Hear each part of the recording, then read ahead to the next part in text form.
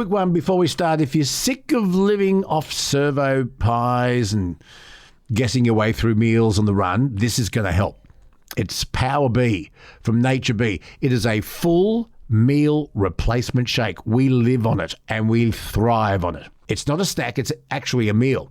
And it's got grass-fed whey protein, probiotics for gut health, and it's the only shake in Australia with Nature B's Power Pollen built in.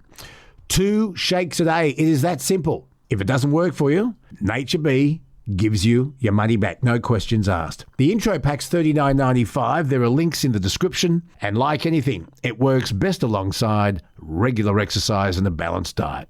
Now, let's get into the episode.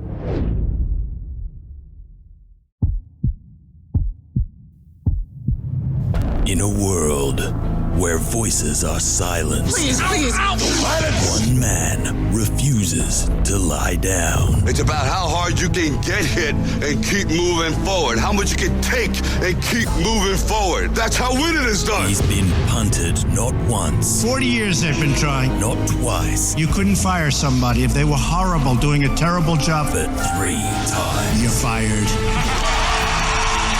He doesn't tell you what to think, but gives you something to think about. Welcome to the Bonafide podcast with Luke Bonar. And he's not All right, here we go. done Hold your ears, folks. yet. It's showtime.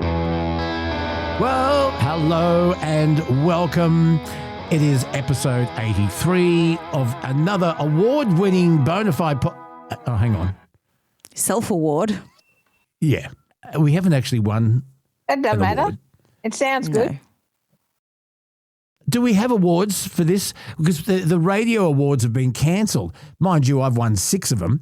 Yeah. No, I just thought I'd mention that. One I can't find. I dropped it. Anyway. But is there an award for this sort of thing, Kelsey? Yeah, there are podcast awards. I haven't entered us in any, Yeah, though. why not? Why not?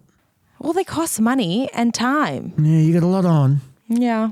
What with you and your fiance who went to a Bucks party, didn't come home till 4:30 in the morning. Hey, I got home at 2. You got home and then you said to me, "What are you doing up?" Yeah, because it was 2 a.m. and It was you 3. were up starting your day. I was like, you are But then I went crazy. back, to bed. Yeah, like good. But anyway, they had a big weekend. By the way, that voice you hear in the background is Granny Sue from far north Queensland. Hello, my and precious. So good to hear from you. Well, it's good to have you aboard. We thought we'd involve you because there's a bit that we want to talk to you about. First of all, episode 83 on this yet-to-be-awarded podcast.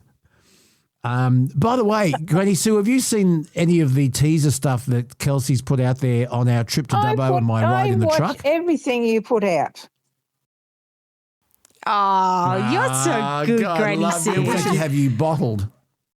In fact, you You probably need a are. big bottle. No. We saw photos of you when you were a young award-winning model. You were Miss Australia. You were Miss Universe. What were you? No, she was Miss, I was I don't know, wherever you live, Queen. Cooperpedia or something. There you go. Aerial There you ambulance go. queen. Yeah, because they You had are to a carry queen. away in No, an they ambulance at the did end of the not. night. Anyway, Granny Sue is with us.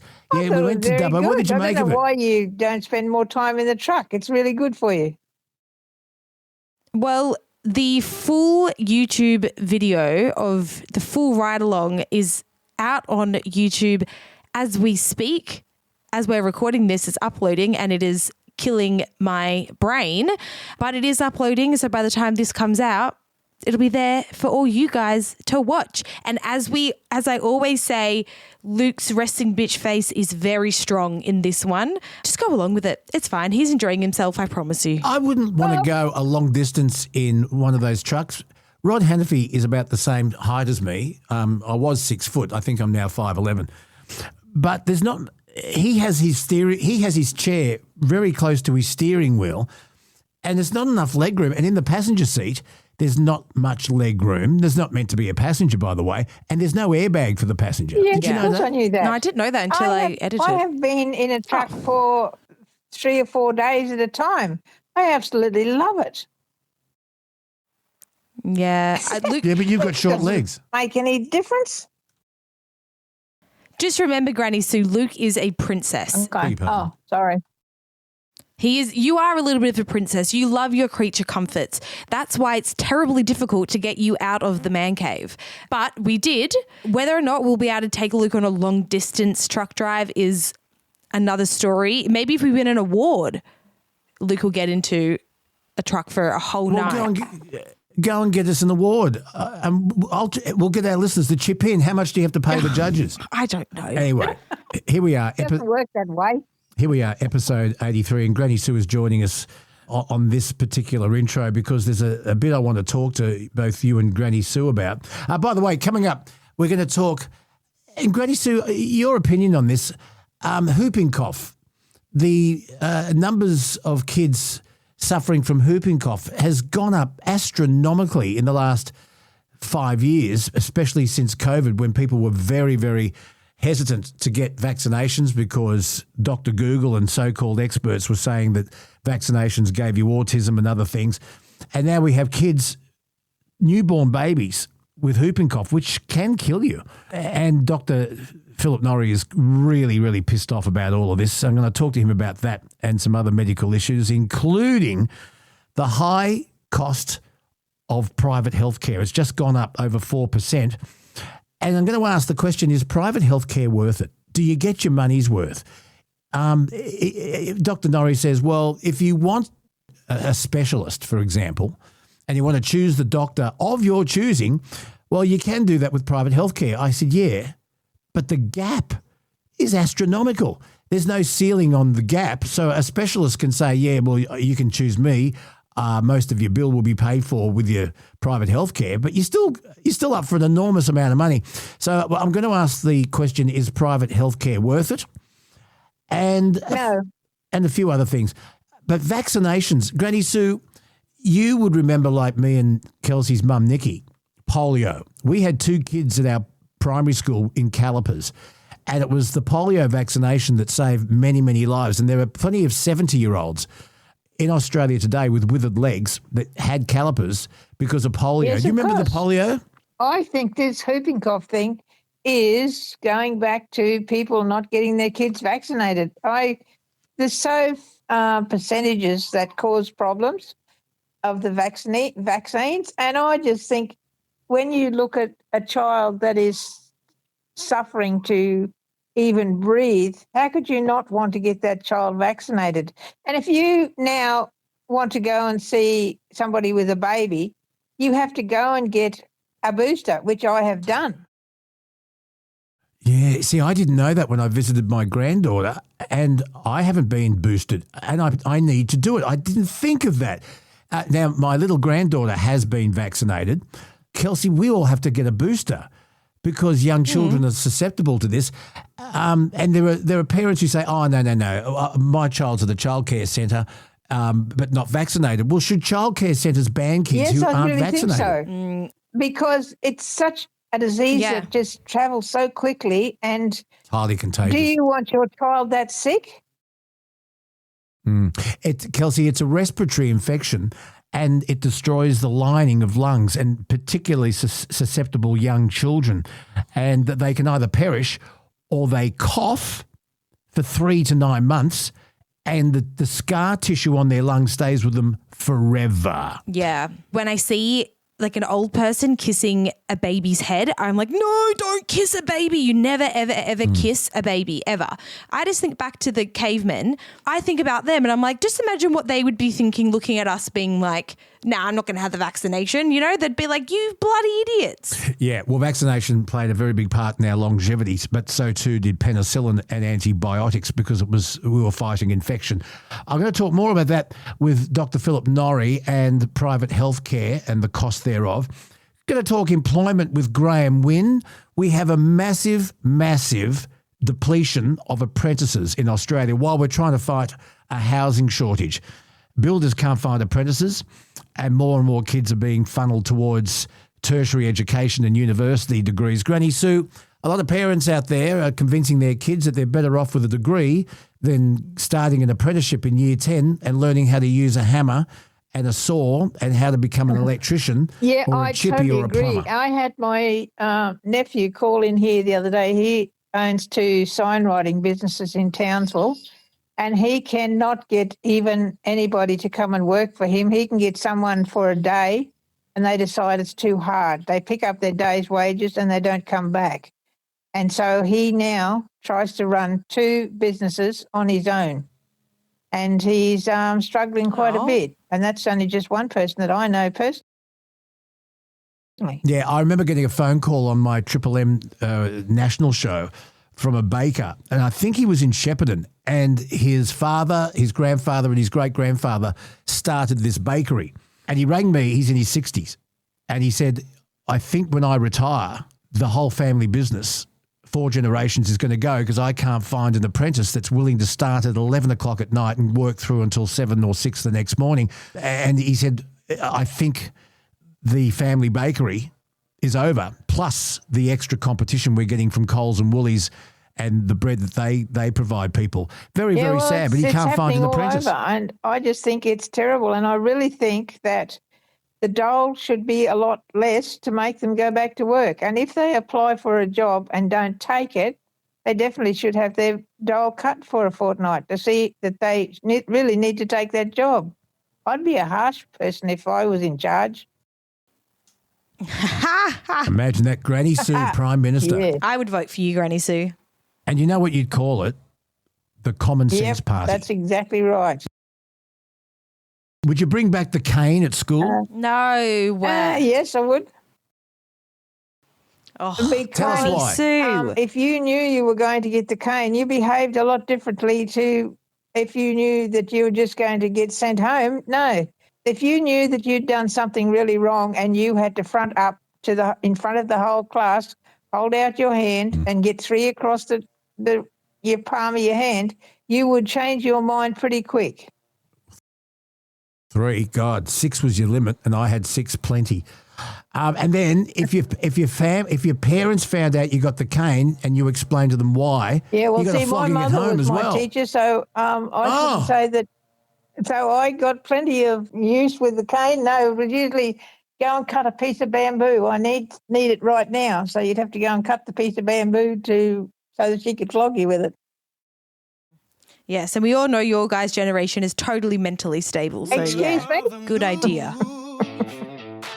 Be careful, Kelsey. Ooh, something to think about. Something to laugh about. That's right. There's something else, Kelsey. I did the Boner Report with Phil O'Neill on 2GB this morning, and the phones went off. You know, Granny Sue, over the years, and Kelsey, you will notice this too, whenever a political party feels a little bit threatened, they create a diversion. And what has happened in Canberra and New South Wales is a standard, in case of emergency, break this glass and wheel out this perennial hoax. Let's get a very fast train. And the Albanese Crispins government this week released plans that they're going to do another feasibility study into creating a very fast train. At this point, it will go from Brisbane to Newcastle to Sydney, through Canberra, possibly to Melbourne. The costings so far, somewhere between $50 and $90 billion. Now, they have had feasibility studies on this, Kelsey, since 1984. And it was the CSIRO. There have been half a dozen studies ever since.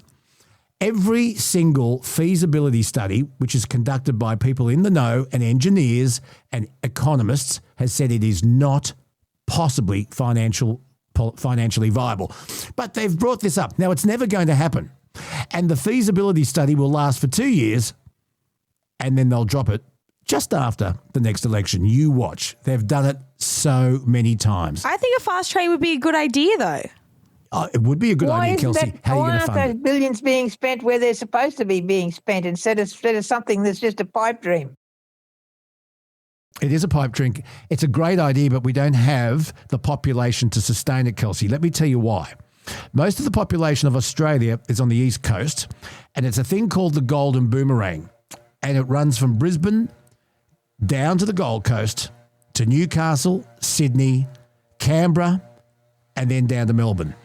Now, we only have a population approaching 28 million people with a tax base of about 11 million. To build this, Kelsey, you can't build it on existing rail tracks. It has to be a separately, purposely built two-way rail track. It has to be completely fenced off, Kelsey, because kangaroos, cows, anything, they cannot run onto these tracks. Can they just put a big plough on the front of it? Yeah, put a big plough. Very good, Kelsey. You've put some thought into this. Yeah. And then in China, and I have been on the very fast train in China. We got on in Shanghai, and we went roughly the distance of Sydney to Melbourne, and we did it in just under 3 hours. By the way, Granny Sue, it was a group of listeners that I took with me, 65 Australians. They didn't see us coming. We all made a beeline for the diner's cart, and we drank them dry. Drank them dry. Always drink responsibly. That was the train trip your mother learnt to play 500 on, by the way, Kelsey. Oh, there you but go. anyway, we did roughly the distance Shanghai to, I forget where we were going, roughly the distance Sydney to Melbourne in under 3 hours. It's very good. But China has now said, trains running on railway tracks, they wear out because anything that creates friction creates heat, which creates wear. They're now saying the next thing is a tube Magnets. and magnets. Yeah. And anyway, the cost is astronomical. So per seat on this very fast train, Kelsey, with a population approaching 28 million, the cost of each seat would be somewhere between $300 and $500 one way. So you've got to compete with conventional transport, buses, conventional rail, cars, or flights.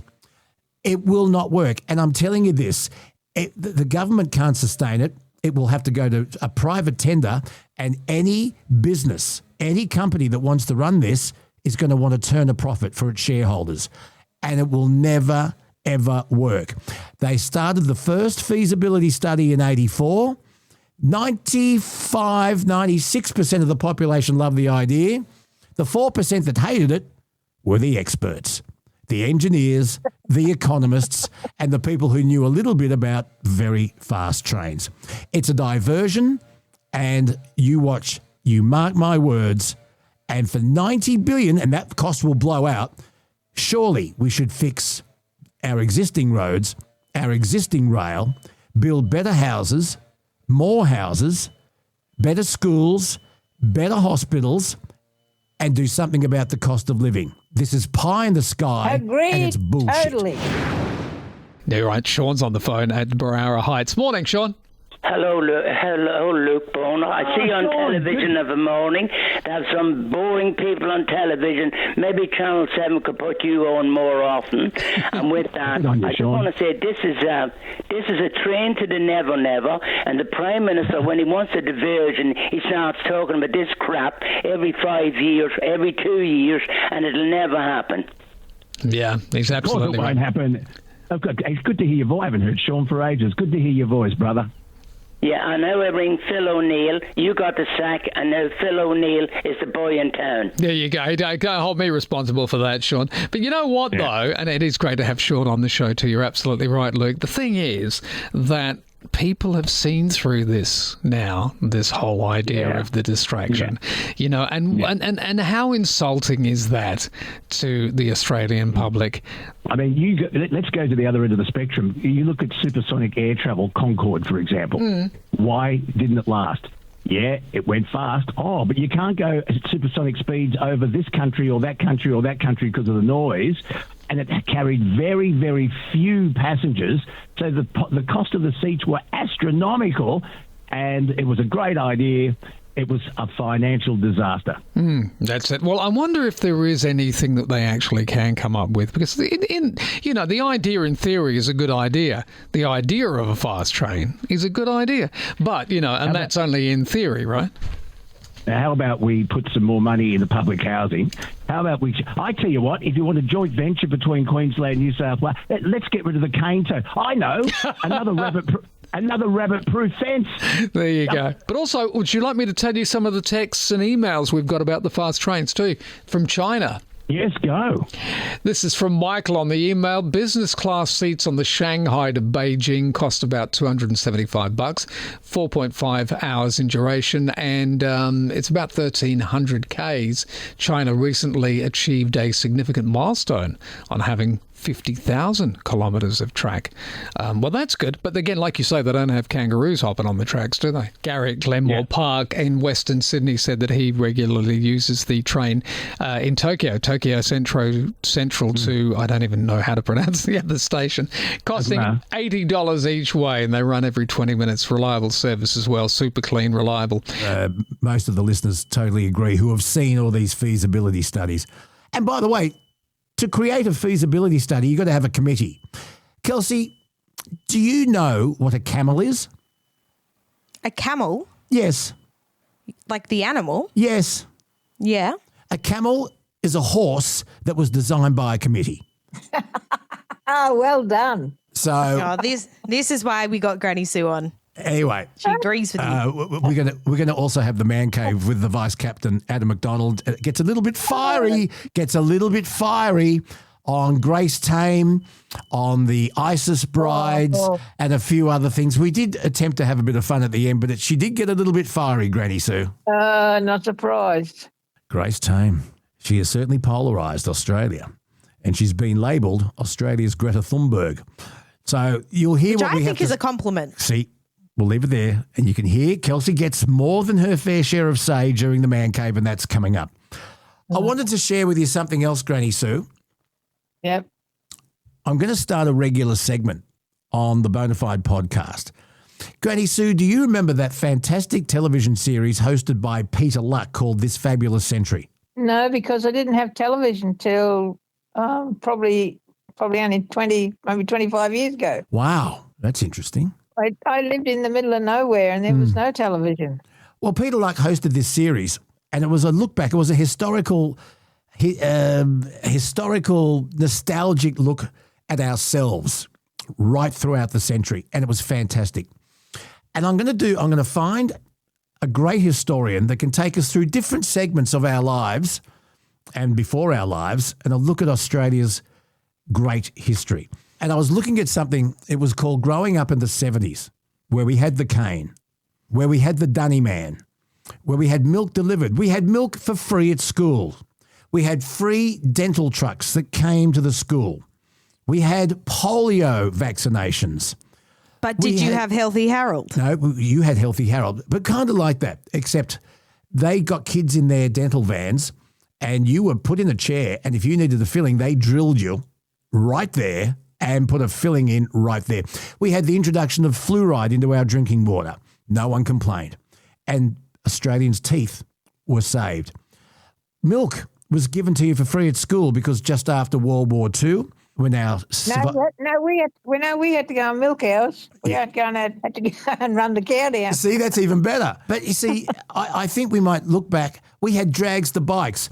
We were told to go out and play and not come home until the street lights came on, and our parents didn't know where we were. We played cricket and footy in the street. We rode our bikes. We built cubby houses. We went exploring. We went and caught tadpoles. We came back filthy, but we came back hungry.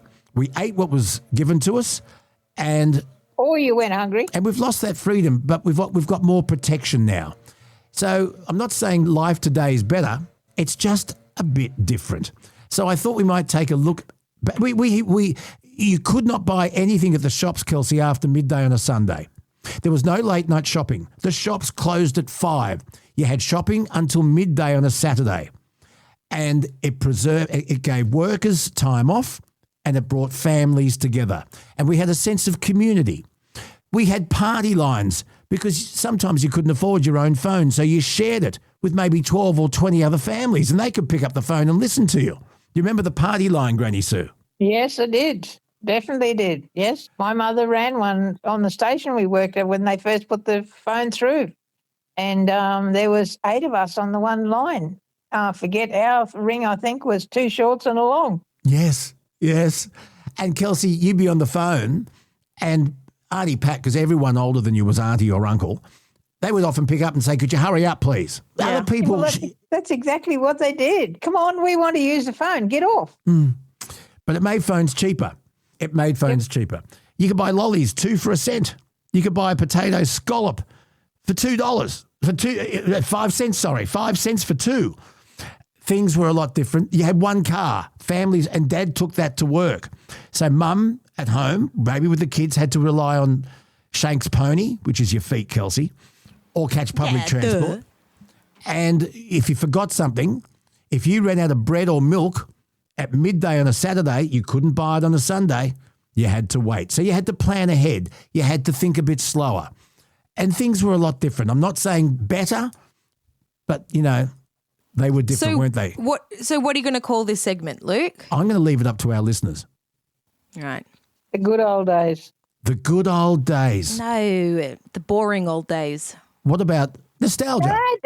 Kelsey, it was not boring. Yeah. What about nostalgia?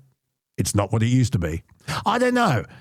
Why don't we ask our listeners an historical look at the way Australia grew through 2 world wars, actually 3 if you count the Boer War, Korea, Vietnam, the Middle East, different governments, a different way of life. A look at Australia. What should we call the segment?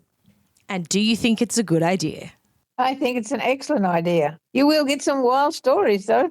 Granny Sue, there was a landmark federal court case testing whether or not Coles deceived its customers with the illusionary discounts on 245 products. Well, it's ended, and the consumer watchdogs arguing that Coles previously were given justification. The Australian Competition and Consumer Commission, the ACCC, alleges that Coles, remember that Down, the Status Quo song? Yeah. God. Yeah. I wonder how much. It drives me insane. I wonder how much Status Quo charged for the song. Anyway, the Down campaign. What they did was Coles had products, they raised the price, and then for the Down, they put them back to where they were and tried to convince customers that they'd actually made a discount. What did you make of that, Granny Sue? Well, I think Coles is not the only one that does that sort of stuff. I think everybody does that. From what I can work out, you go into Woolies or any of the other shops, they're all doing exactly the same thing. I mean, it doesn't even have to be a supermarket. It can be a dress shop. It can be everything. We've got a sale on. Yeah, the sale's exactly what the thing was before. Yeah, sale on now. And it's not. You're right. Everyone, you're 100% Granny Sue. Everyone does it. And I don't know where if they have it at Yorkie's Knob, but in Sydney, you'll see a lot of Turkish rug sales closing down. Oh, yeah, everywhere. And they're there for years. Have you seen that, Kelsey? Oh, yeah, they're everywhere. But I just think it's so telling that it's so commonplace now when you're at the supermarket or really at any shop and there's a sale sign, you pick up the sale sign and look underneath it to see what like the ordinary price is. Yeah. And that's become, everyone does it. It's like, second nature now. And I know, I just think that's very telling of how Australians trust their supermarkets. We don't trust supermarkets. But what gets me is what's going to happen from this? Coles is going to get slapped with a fine, and then what? Shouldn't that money go back to the consumers that have paid more than what they should have? Like, what's going to happen from this? I just don't think fines are the answer to this, especially if that money doesn't go back to the consumers that overspent. Yeah, well, one of Australia's most trusted brands is Bunnings, and they do the same thing. And in fact, they are so big, such a huge conglomerate now, they, look, I can't say predatory price, but gee whiz, there are so many lawnmower shops that have gone broke. Barbecues galore has fallen over. Barbecues galore has fallen over now. Pool shops, timber yards, nurseries. Bunnings has eaten them all up. Yet Bunnings is still one of Australia's most trusted brands and one of the cleverest marketing campaigns or marketing stunts I've ever seen in the history of Australian retail is their sausage sizzle on a Saturday. Yeah, of course. It's the sausage sizzle. It's such a clever, cheap thing to do. Yeah. Well, I do all my shopping for my laundry at Bunnings. For your laundry? I bought a 4-litre Dynamo because it was on special at Bunnings for $8.50 yesterday. Yeah. Wow. And why would you buy your stuff anywhere else? I got a whole heap of stuff for $80, which would have cost me probably $150 in the supermarket. I don't know why more people don't use Bunnings for that stuff. Do you look underneath the hood the suppliers that provide these products to Bunnings for such a cheap price, are they getting screwed? And do they have any choice? Because Bunnings has cornered the market. If they go and say to a Mitre 10 or to another retailer, you understand that they have to sign a contract with Bunnings for exclusivity, and they sell their product to anyone else, and they have to sell it for the price that Bunnings tells them. That's true. But then you look at Coles and Woolies; they're exactly the same. Correct. They're doing exactly the same thing. So I think it's just what this whole country is like at the moment. Everybody's trying to get something from nothing, and everybody's trying to get in on the act at the same time. You look at dairy farmers, and not just the brand, but our dairy farmers. You ask a dairy farmer at his farm gate what he gets per litre for his milk, and then look at the price of it on the shelves. That farmer is being screwed. Oh, big time. Yeah. Because they forget they've got to buy feed, they've got to look after their cows, they've got to dip them, they've got to do everything, get them inoculated. I mean, there's an awful lot of work and cost goes into running cattle. I know for a fact. Can I just ask you, can I just go bing bong for a second, Kels? Yeah. I have never had milk straight from a cow. I've only ever had pasteurised, Straight from the processed tea. milk. I've never had it out of a cow. Granny Sue, what does milk straight from a cow taste like? Completely different to what you buy in the shops, I can tell you that much. It's a bit hard to explain, but and it's completely different. You need to go to one of these places like at dairy where they have that you can try the milk straight away. The milk goes into a big vat and you can turn the tap on and get it cold. And it is pure milk. It's not pasteurised, it's not homogenised, it's not all that other stuff. It is just pure milk with the cream and everything all mixed in with it. And you will be surprised how different and how nice it really is. Do you know, I was talking to the local barista up the road where I get Nikki's coffee every day when Kelsey's here, hers as well. And I said, what percentage of your coffees are made with cow milk and as opposed to soy or oat milk or almond milk? And he said it's nearly 80% almond, soy and oat milk. And I thought to myself, God must be looking down on us and scratching his head or her head or whatever, and going, that's a funny thing I've made down there, these humans. I've provided them with some great animals that provide great milk, and here they are trying to get milk out of an almond. Where did I go wrong? He might be looking at us saying how ingenious these humans are making milk from almonds as well. Like, it's also milk, like Kelsey. A smart thing to do. You can't there's the high court. I spelt it with a Y, Luke. I spelt it with a Y. Yeah, there's a law now. You can't call soy. It's a plant-based milk. There's a British backpacker on TikTok at the moment who's currently in Australia, and she went a little bit viral because she obviously was drinking our milk, and she was saying that the milk in Australia is so different from the milk in the UK because the milk in the UK is essentially just like flavoured water, right? She could not believe how creamy our milk that you can just buy at the supermarket is here. So, I mean, we've got it pretty good, I guess. Hey, what is skim milk? Just watered down milk? I think so. Is it milk with water in it? I think so. Yeah, I think so. They take a lot of they make sure, full cream milk has still got a little bit of cream in it. Yeah. And somehow they get all that rest of that cream out of the milk. So it's just basically watery milk, yes. We used to get our milk delivered and we had it in a crate, and Dad had a piece of masonite that he'd cut out that fit over the 4 bottles perfectly to stop the magpies pecking through the foil cap. The foil. Yeah. That drank the cream out of the top. Yeah.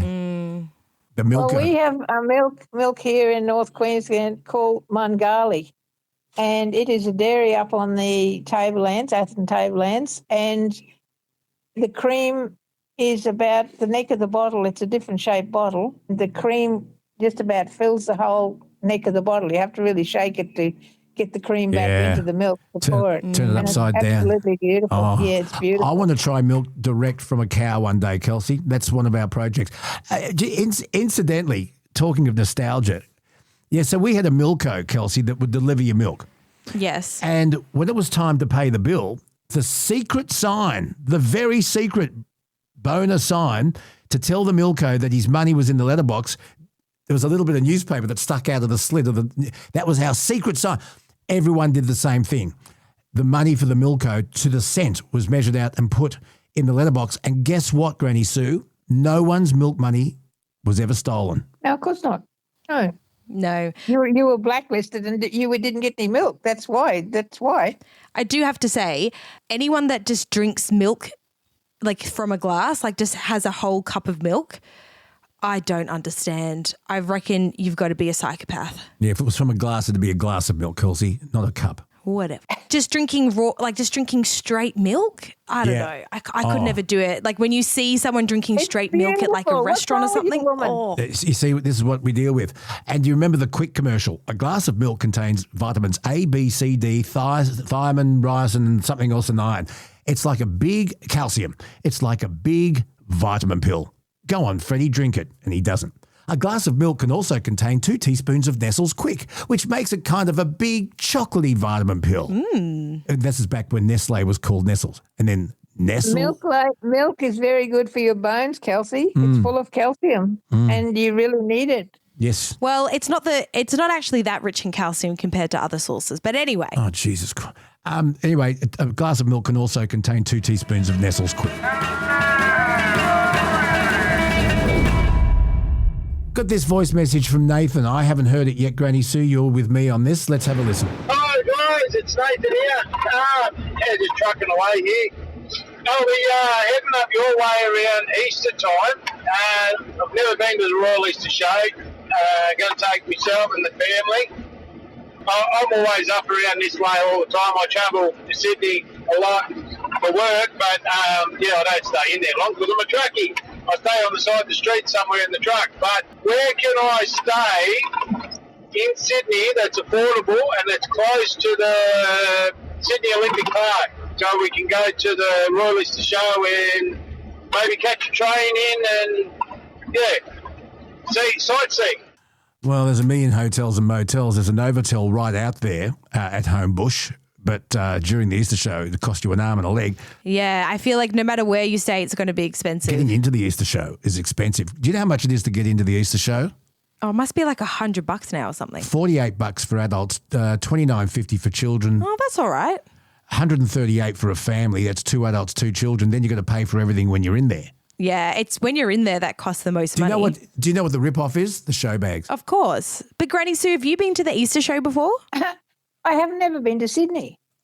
Never? And I've only ever been no, I have never been to Sydney. I have only ever been to one local show, which is in Atherton, and that wasn't very great either. So shows not something that I ever went to. I went to rodeos, not shows. Well, I'm going to make you a gold-plated guarantee. When the very fast train goes from Cairns to Sydney, I'll shout you. I won't hold my breath then. We're going to get Granny Sue to Sydney. I know. We could call the segment, we could film it and take her on. We'll take her to our favourite places. We'll go to Manly Ferry. We'll go to lunch. We'll go to the top of the Sydney Tower and the rotating restaurant. Or can we go to the Epicurean?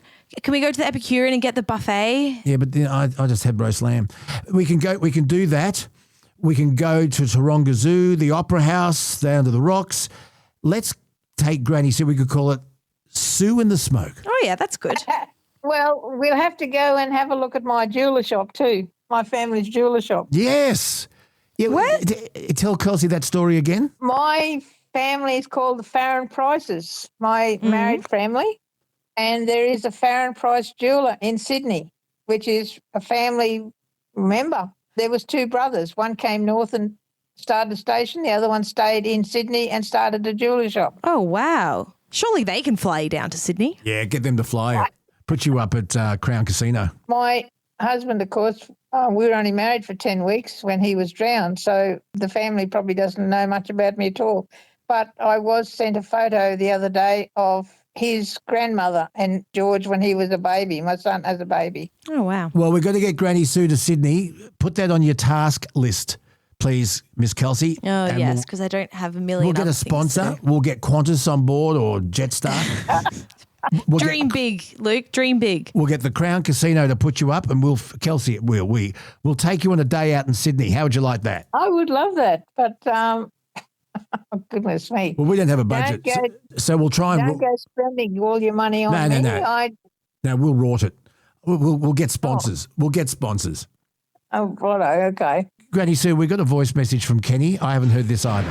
Hi, Luke. So basically, I'm the guy that used to rob cash machines. The reason I know about it is because I'm an electrician, learned about security. I'm English, but lived in French's Forest, went to college in Hornsby, got my security licence, blah, blah, blah. Went back home and then designed an alarm system for the stand-up cash machines that you get in newsagents. Basically, they were getting robbed left, right and centre all the time.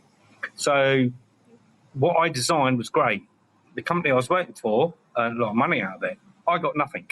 So then I sat back and went, right, I'm going to get my fucking money. I'm going to get my money back. And, yeah, I started this thing. And I was meant to be part of this big organisation. I wasn't. I just done it on my own. Don't tell anyone anything. Don't get caught. Done it for a few years, many years. Lots of money. Lots of stories. Went to prison. Come back out. All good. You want to hear it? My God. But I tell you what, I'm now in Australia and prison helped me. We have got to get Kenny on. Please chase him up.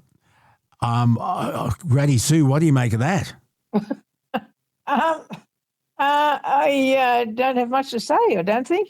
Good Lord. I love it. I think more power to you. More power to you. You can't encourage people to steal, Kelsey. I know. But if He went to prison, Kelsey.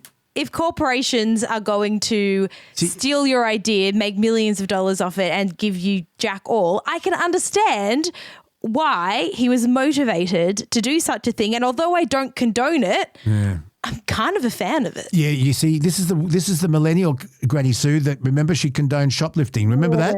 Yeah, I know. Yeah, I don't condone stealing in any shape or form. I don't condone it. I'm just a fan of it. We need to get him on with Bill Edgar, the coffin confessor, who's also been to jail. We need to get Kenny on. I want to talk to him some more. Yes, and if you have any crazy stories, you've been to prison, let us know. And Kelsey, we got a voice message here, is it? Or it's a video that Ross sent to us. Granny Sue, are you across National Thank You Wave Day? Yes, I am. Okay. And I have done it for many, many years. Well, we're going to try and make it a national day, but we've got a video here. I haven't seen it yet. Here it is. I beefed because he deserved it. You used your horn illegally. Why did he do it, though? A Yaris legally changed into his lane, then he beeps. Yeah, because I let him in and he didn't give me the thank you wave. Not even a quick hand gesture? Nothing. It doesn't matter. A thank you wave isn't a real road rule. What the f***? Not real? Are you joking me? When someone lets you in, goes out of their way, out of their daily life to slow themselves down just to let in another car, then they deserve a thank you wave. Am I right? Yes. Huh? Yes. Okay, let me ask these guys. If you let someone in and they don't give you the thank you wave, what would you do? I'd beep him. I'd beep him and then I'd cut him off.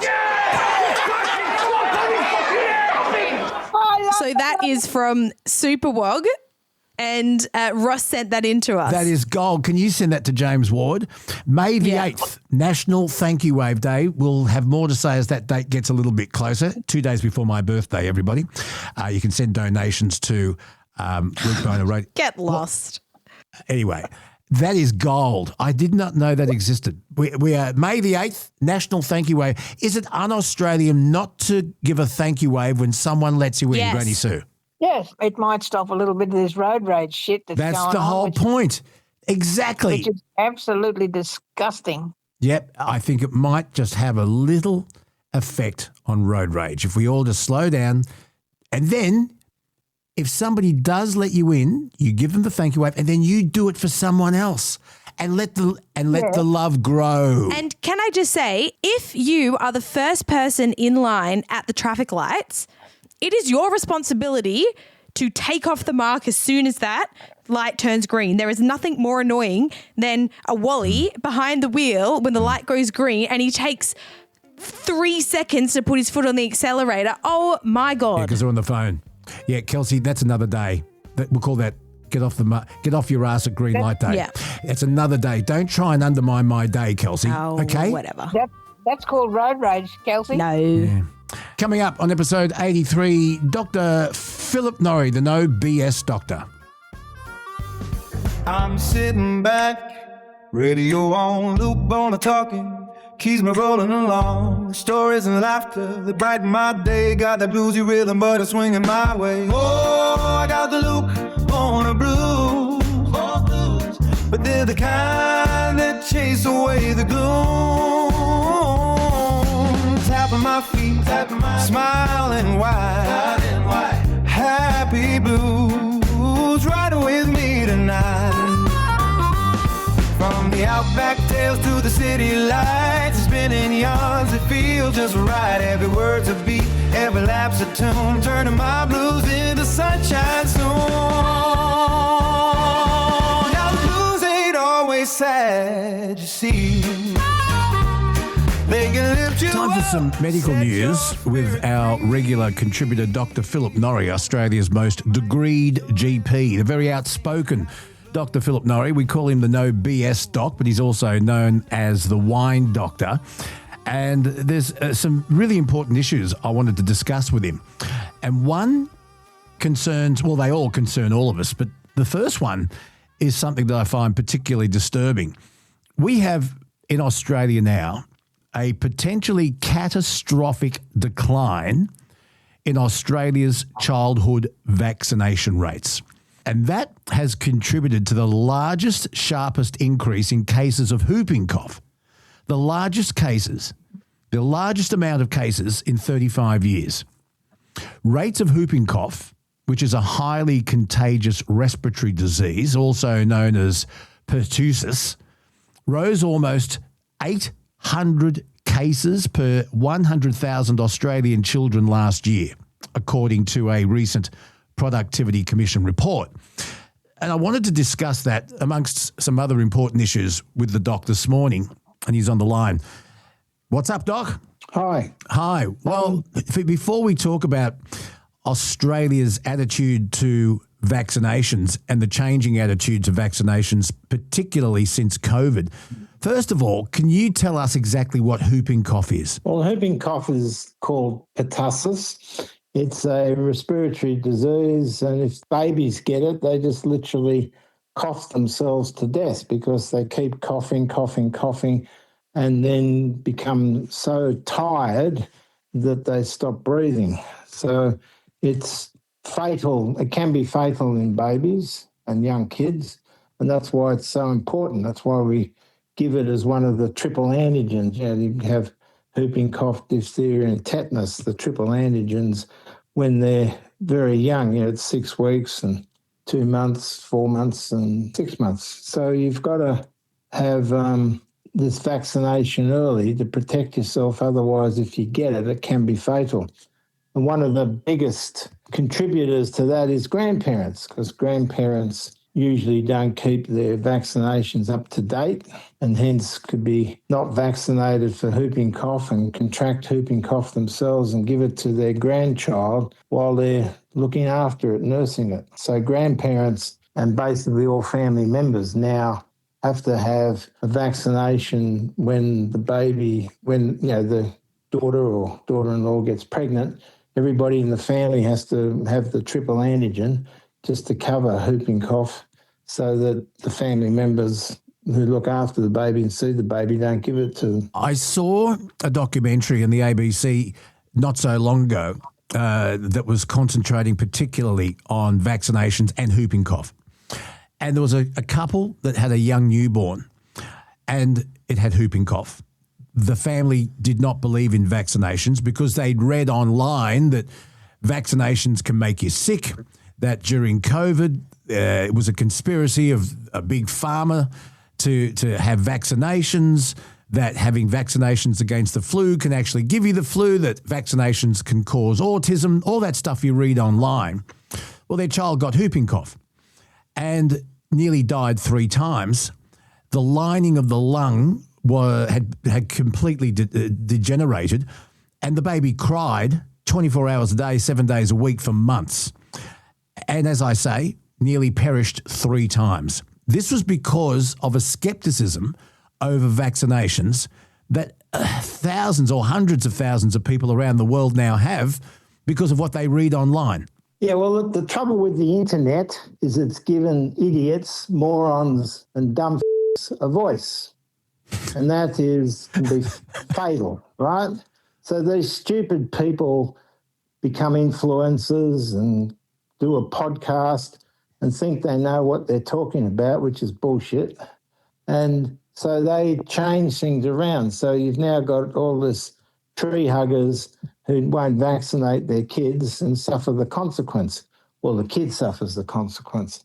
Now, vaccination got a bad reputation during COVID, but the vaccination system in COVID probably saved millions and millions of lives. And nothing's perfect. Even a Panadol tablet has side effects. Everything has side effects. But those side effects are minor compared with the big side effect of death. These people who won't vaccinate are just ignorant peasants, listen to bullshit online written by heads who don't know what they're talking about. So they should just not do it and vaccinate their kids. I mean, Jenner, when he started vaccinating the smallpox with cowpox, he did a wonderful thing. In fact, the priests, the Hindu priests 2,000 years ago were blowing smallpox scabs up people's noses to give them immunity. So vaccination isn't new. It's been going around since the Hindu priests were doing it thousands of years ago. It's just that Jenner was the first one in the modern era to actually transpose cowpox onto people so they didn't get smallpox. It's just tragic that these ignorant people are allowed to have a voice on the internet. It should be censored, but it's freedom of speech. So people don't realise that COVID brought making vaccines for decades. We also had the rat test. So for the first time, we were able to do a test to show whether we had COVID or influenza or respiratory syncytial virus. So that technology came forward decades. And also we had antivirals, specific antivirals for COVID. So the COVID pandemic brought vaccination-making technology, rat test technology and antiviral technology forward decades. So we should be grateful for it. The vaccine saved millions of lives. Yeah. I've said this before and I'll say it again. Myself and Nikki, we went to Eleanor Heights Primary School in the 60s and we had 2 kids at our school in calipers. And you know what? It may seem like a long time ago to some people, but to us it's not. And we had 2 kids at school with calipers because of polio. Yeah, well, I've got 2 patients who have got post-polio syndrome with withered legs. So, I mean, that generation's in their 70s now.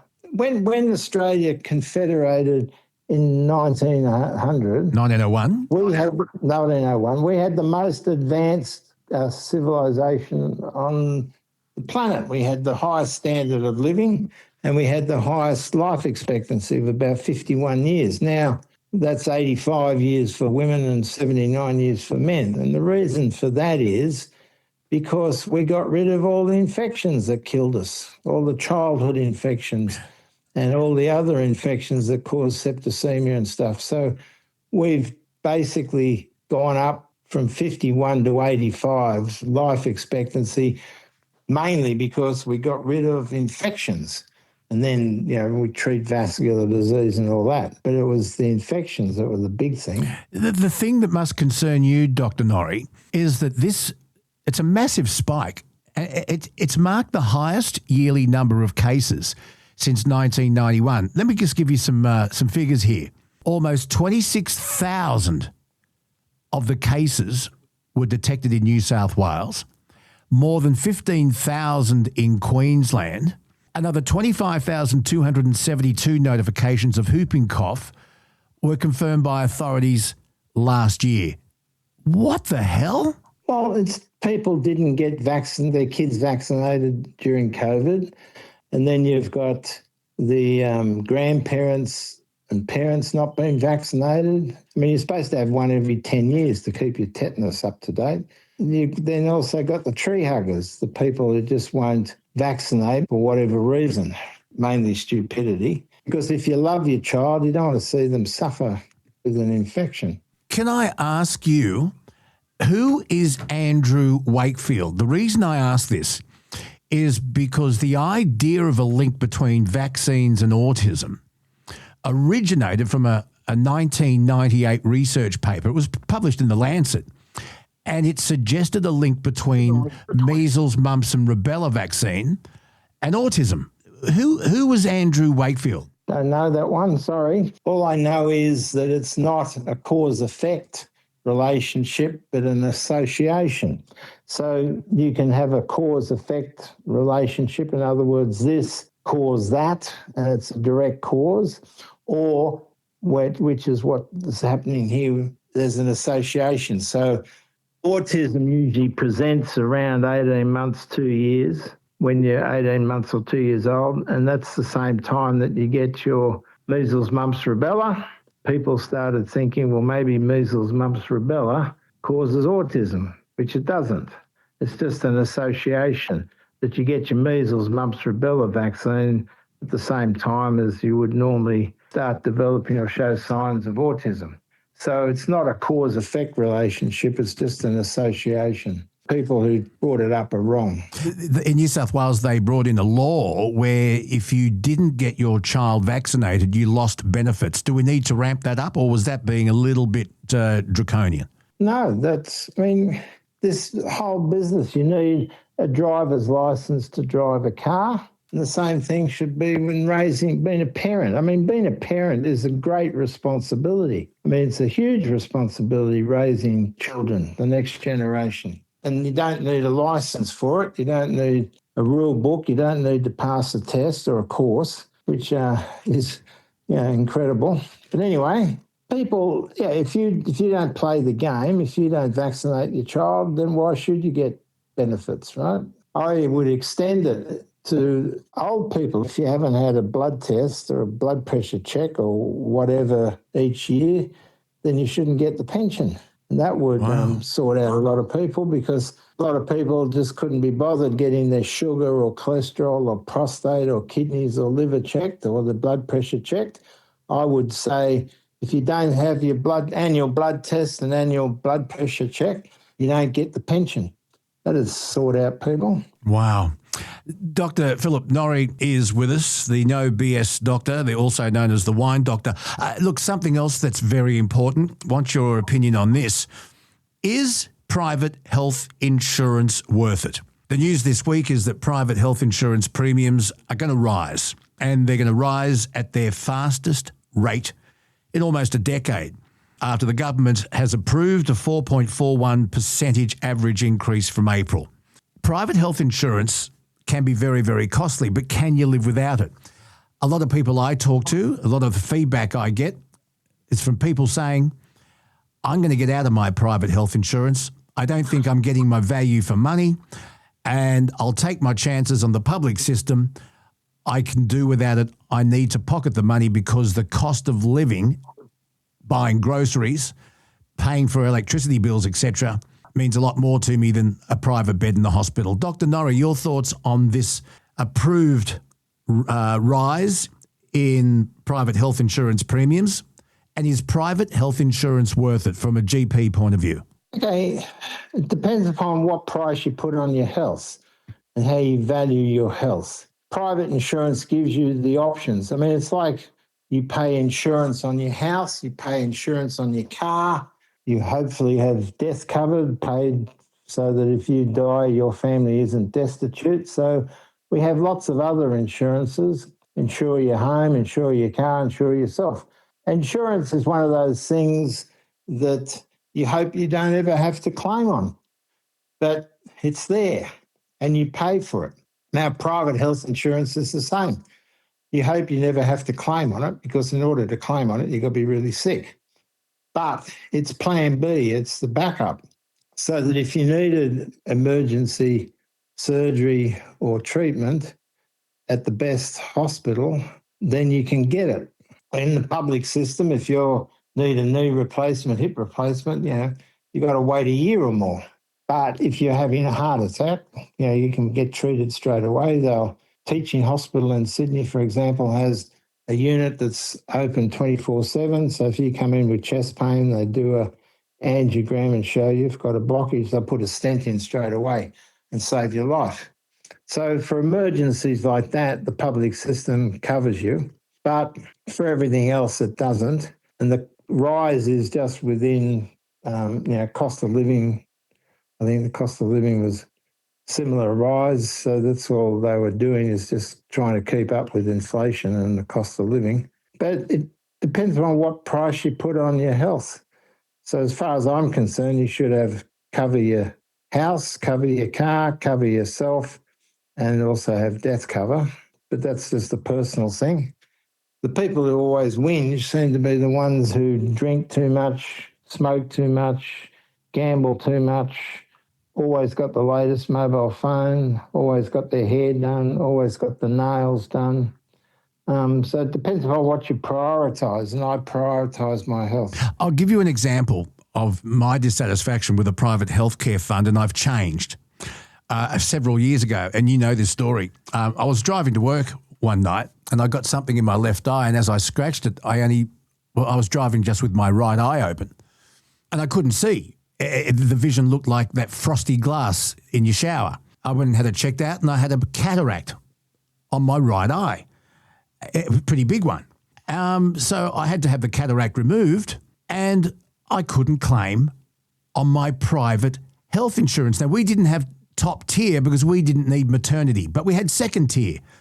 My stepdaughter, my family was covered by my private health insurance. My stepdaughter was able to claim gym membership, sneakers, activewear and glasses, but I couldn't get my cataract fixed. Now, I changed insurance companies, but I found that extremely frustrating. All those premiums I'd paid over many years, I couldn't get my eye fixed. Yeah, I agree. It sounds strange. It's the old case, read the fine print. But I couldn't read it. I had a cataract. Yes, okay. Yeah, it's a matter of reading the fine print. I find that strange because the health funds are trying to attract young people because young people think I'm invincible and I'm not going to join up. So they make it attractive for them by having gym membership and all these other benefits. That's a strange one. Yeah, I'll tell you the company when we off air one day, but I changed. But yeah, I found it extremely frustrating. But I still pay for private health insurance because as you get older, what I really want is a private room. If I ever am sent to hospital, I don't want to be in a ward. But anyway, I continue to pay it. But yeah, frustrating. My stepdaughter was able to claim gym membership, activewear, sneakers and glasses, and I couldn't get my right eye fixed. One other thing before... But it's not only having a private room, it's having the doctor of your choice, okay? So if you're in the public system, you're going to get the trainee registrar having a go at you, right? Whereas in the private system, you get the specialist doctor of your choice and guarantee they're operating on you or whatever. Yeah, but you still have a massive gap. There's still a massive gap. That top specialist that you want to go to, the gap between his fee or her fee and what you get back is sometimes still enormous. Yeah, such is life. Okay, such is life. Last one, because you got to leave for your surgery. By the way, Dr. Norrie, one of the last doctors to bulk bill, Dr. Philip Norrie. The tobacco industry, overrun with illegal tobacco shops. A lot are being closed down, but other ones open. They have a license to sell products, but they continue. And there's an IGA, Ritchie's IGA, that sells legal cigarettes, has called on the federal government to slash the price of cigarettes by 30% to try and rein in the illegal tobacco sales. Now, this retailer, Ritchie's IGA, operates 150 stores, most of them in Victoria and New South Wales, and says that the Treasurer, Jim Chalmers, could increase tax revenue from cigarettes by more than $3 billion and disrupt criminal gangs by lowering the tobacco excise. Will lowering the price of cigarettes combat the illicit tobacco trade? If you go down 30%, it's still going to be more expensive than the cheap illegal cigarettes. So it's not going to really work because the cheap illegal cigarettes are so cheap. You'd have to drop the price a lot more than that. I mean, the best thing to do for the health of the nation is to just ban smoking and ban vaping so that you get rid of the illegal cigarettes completely. But you know darn well, Doc, that anything that's addictive, if you ban it, it develops a black market and people will find it. They'll grow their own tobacco. They'll find a way to get their addictive substance. We've seen it with drugs and we're seeing it with tobacco. Yeah, well, basically, I reckon nicotine's probably the most addictive drug there is. I've got lots of patients who want to get off cigarettes and they find it bloody hard. Nicotine is a very, very addictive drug. So people say to me, I'm addicted. And I always reply, but you weren't addicted when you started, stupid. Okay, we know that. But let's talk about the people who are now, right now. I'm telling you, they'll find a way. To pay $60 for a packet of cigarettes is cost prohibitive, you'd have thought. But what happened? It created a black market, didn't it? Heroin, cocaine, meth, they're all illegal and people still find it. Yep, well, Border Force should be working harder. Very frustrating to have to deal with the side effects of smoking. There's lung disease, there's the cancers, there's all the vascular diseases. Sir Richard Dole, one of the first epidemiologists from Oxford University in the mid-1950s, wrote a paper saying cigarettes are bad news.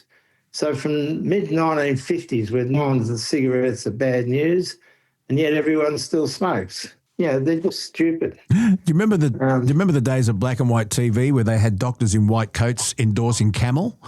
Yep, Camel cigarettes. Yep. God, they were the days, weren't they? They obviously didn't read Richard Dole's paper. But yeah, I'm just telling you, smoking is the worst thing you can do for yourself. If you want to die young, I just tell people, it depends on when you want to die. Keep smoking and you can die young. I know, but you're talking about people thinking about taking it up. I'm talking about people who are already deep ensconced in the tobacco trade. People who have started and finding it hard to get off. I'm telling you, anything addictive, you ban it, they'll find a way of getting it. Unfortunately, yes. Now, there's no limit to people's stupidity. When I was at St Vincent's Hospital, a wise physician said, never underestimate the stupidity, greed and incompetence of the general public. It's a sad indictment, sad endorsement, but people are stupid. Dr. Philip Norrie, Australia's most degreed GP. Thank you so much for your insight, your time. We'll catch up again soon. Okay. Bye.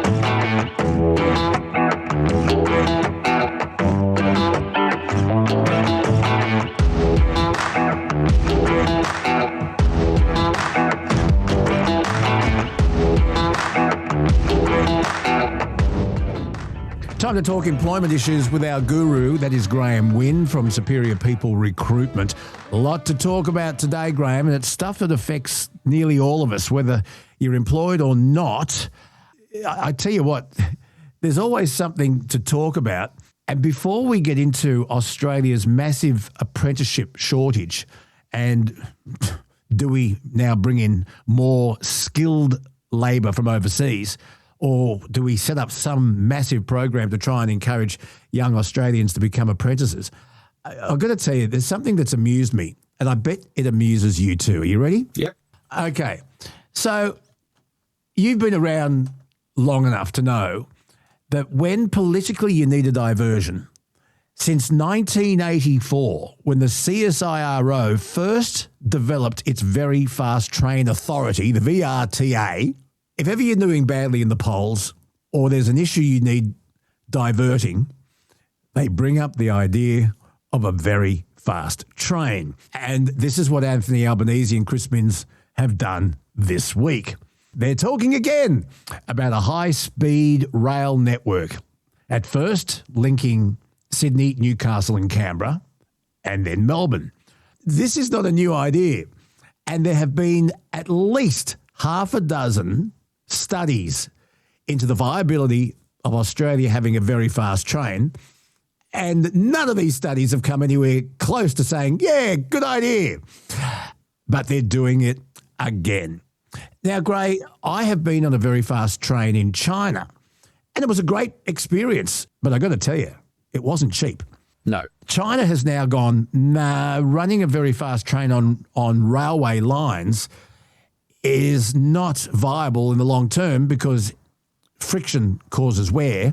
And they're now talking about developing a fast train that will be in a tube run by magnets. Yep. And they say that's the next step. Now, so far, the costings on this, and I don't know where they got the costings from, is in excess of $90 billion. There's a great episode of Utopia, that marvellous television series created by Rob Sitch, where they talk about the very fast train, and the character representing the government and PR, Kitty Flanagan's character, says, what are you talking about? What are you talking about? 96% of Australians love this. Why do you say that? He says, because they're well informed. The 4% that don't are the engineers, the economists, and the people who build the things. They're the 4% that don't like it. But, Graham, they say it'll create hundreds and hundreds of jobs. Everyone's getting excited. It's a diversion, isn't it? It is. And look, the way I look at it, it's basically the politicians playing Monopoly. This is their get a jail free card. That's the way they use these things. So as soon as they're in trouble, where's my get a jail card? It's this for high-speed link. That's what they use. In case of emergency, break glass, open very fast train idea. Exactly. And look, I've been on one in Switzerland, and they're amazing. And people say you can't see anything. Well, you still can. The views are incredible. So I've done one in Switzerland, and they're wonderful, but it's just not going to happen here. Because in Europe and in Japan and especially in China, they have a population and a tax base that can fund these things and people can use them. Any private company that wants to fund this thing is going to want a return, and it won't be cheap. They won't get their money back because we don't have a population base that will use it like they do in Europe and China. That's my opinion. Oh, and you're right, because if you think about places like, as I said, Switzerland or the UK or Japan, they're no bigger than Victoria. With 10 times the population that Australia's got. We just don't have, our size limits what we can do, and the lack of people limits what we can do, because we just don't have the number of people for the size of this country to actually have something viable like this. Yeah, it's a furphy, it's a diversion. And look, people will say, look, it's worth spending money on infrastructure if it's going to work, but who's going to pay for it? I just look, for our listeners in the cities, especially Sydney, look at how many people every day pay hundreds of dollars for tolls, and they have no choice. They're diverted into them, and if you don't use the tollways or these freeways, it can take you twice as long to get to work. And they're all privately owned because they want a return. Correct. And that's fine. That's business. They're entitled to a return. That's their business. So, yeah, it's just not going to happen. Look, I just say they wheel this out every now and then.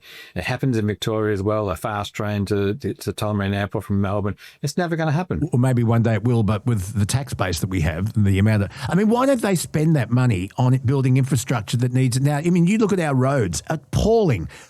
We need hospitals. We need better schools.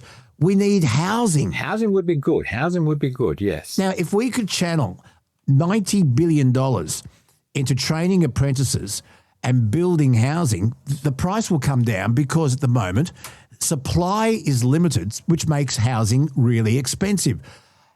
Which brings me onto this. The number of Australians taking on apprenticeships is in massive decline. According to the Australian Institute of Management Western Australia CEO, Gary Martin, he says for years young people have been encouraged to go to university. It's safer, it's smarter, you'll get a better job, and you'll be more respected by your peers if you have a university degree. Mm-hmm. He says trades are framed as a second cousin for those seen not quite good enough to go to university. Graham, I need your opinion here. Yeah, look, apprentices have been dwindling regularly. It has been doing for a few years now. And you are quite right that the train of thought is you must go to university, you must get a degree, you must get a Bachelor of Arts in. Doesn't matter what it is, just get a Bachelor of Arts, because that's your key to your future. Parents, peer pressure, whatever, they're wrong. But everyone's been pushed down this university path rather than trades. And you see regularly now, construction companies, building companies closing. Now, they're using the fact that the cost of materials is too much, but it's also they can't get the people. It's a lack of people to do this. And the apprenticeship program, the government actually reduced some of the incentives a couple of years ago of what apprentices could claim and how they could help them. So by reducing the amount the apprentices could claim back, that also took some incentive away from apprentices to actually take on an apprenticeship. And they don't want to do this 3 or 4 or 5 year apprenticeship at low wages, when if they get a degree, they in their head, they can walk straight into a high paying job, which you still won't anyway. But the mindset we've created is that if you go to university, get a Bachelor of Arts in whatever, you'll work into a high-paying job day one. It's a Furphy. It doesn't happen. Most of them still work at Macca's. So it's no guarantee that getting a high degree will get you straight into a high-paying job. But somehow we've conditioned people to think this way. Therefore, forget trades, get a degree. By the time you're 21, you're earning 100 grand, and away you go. It's a con. I don't know who's created this, but it's a con. So if a particular skill is in high demand, the person with that skill can charge great fees. Correct. You look at how much it costs to get a plumber, a sparky, a builder, a carpenter, because they're struggling to find apprentices. There's fewer of them, and they charge. And they have a right to, because they have a skill that's in demand. So surely that's an incentive for someone getting towards year 10 and thinking, well, I can't remember the last time I used algebra or had to decipher Shakespeare, but geez, I love building things. There is a monetary incentive surely to get a trade, but the money at first when you start your apprenticeship is pretty poor. Do we need to address that? Look, that's something we do need to address, and that's another topic we can talk about. But certainly the low wages when you're apprentice does put people off, because they have a lifestyle these days. They've got their own cars, etc. They need money, and the apprenticeship wage is not great. And even though there are still some incentives, they're not as much as they were. The government have halved these incentives to apprentices. So therefore, it's cut back what they can actually get back from doing an apprenticeship, and it's 4 or 5 years, which they don't want to commit to. But you are correct. I mean, I needed some tiles replaced on my roof recently, so a builder came round, gave me a quote for it. You're $2 grand, because he's got to put up scaffolding and get on the roof and change the tiles. $2 grand for. I think, wow, some people don't even learn that in a week. He'll learn that in a couple of hours. And if you look at the highest paying industries, construction and building pay the highest wages. They're heavily unionized, and their perks and their benefits and their wages are enormous compared to other industries. So even if you work for somebody else in the building industry, your salary is going to be huge. From day one, you're going to get a high salary. So this mindset, you must get a university degree, it's completely screwed how we should be working. Trades is still the way to go. And if you think of AI as a classic these days, a lot of these jobs where you get your degree in whatever your degree in, they're going to be gone. AI will take those ones. But trades, building things, still, we need those people, and there's a shortage of them. And you're quite right. You can command your own salary these days in trades. Can AI wire a house? Can AI build a house? Can AI fix your plumbing? No. Maybe one day, but not now. Whereas right now, AI can do your accounts for you. It can do lots of different things for you. It can write jingles. It can sing jingles for you. Correct. Exactly right. It can do a lot. It can help you cheat at exams. Yep. It can do journalism. So anything like that, it can do. But trades, it still can't do. There are technology which help, but certainly the actual bricks and mortar stuff, you actually are slabbing a brick down with concrete on it. AI can't do that, and technology can't do that yet. There's a development near my house at the moment. They're trying to put sort of 5 or 6 units on a development, and they're struggling. He should have had this finished 12 months ago, and they're actually struggling because they can't get tradies to work on it. So it's costing him a fortune just having this block there doing nothing because he can't get tradies. Okay, what are the safe AI-proof jobs? Anything where you still need to use your hands, as in building trades or whatever, is still pretty safe. That is still pretty safe. Any job where you actually need that face-to-face physical work, retail, hospitality, that is still pretty safe. And even a job like my own is still fairly safe because we still have human interaction. And AI can't do that yet. AI can help us, but it can't do everything yet. So anything where you still need that physical communication with somebody, or you have to still use your hands to build things, AI at this stage, those jobs are safe. But anything where, and I'll use journalism is one, any writing, accounting work, anything like that at all, AI will take that. It'll be gone. So you really need to worry now about, if you are thinking of going to university, stop doing these Bachelor of Arts, because seriously, you won't have a job. Could AI down the track conduct medical procedures? Are surgeons under threat from AI? Not at this stage. Because a lot of GPs, and we have our regular contributor, Dr. Philip Norrie, who has 8 degrees. He's Australia's most degreed GP. He loves general practice because he has to be an expert on everything. And he loves the interaction with patients. He is frustrated that AI may take over the GP, because we were talking to him recently about the fall in vaccinations and the rise in whooping cough in Australia at the moment, because people are scared about vaccinations. Because why? Because during COVID, they went online and influencers and people with no medical degree were saying, vaccination will give you autism and other things. And he's worried that the wrong AI information will eventually lead to severe misdiagnosis, as it is at the moment with vaccinations and whooping cough. Influencers, I call them confluencers, because that's all they are realistically. And the problem with AI, it's not going to take away the work of GPs, but people are using AI to self-diagnose. That's the real concern. Yep. That is a real issue, that they're using it for self-diagnosis. Boom, and they get it wrong. And that's where GPs are probably under threat, not because it would do it for them, but people are relying on incorrect information to self-diagnose. That's a real issue in that health sector, definitely, yes. And certainly robotics can help with operation procedures, definitely, yes. But again, that face-to-face, a GP, you still need to go and say, if you've got a problem, go and see your GP, because he can actually check properly.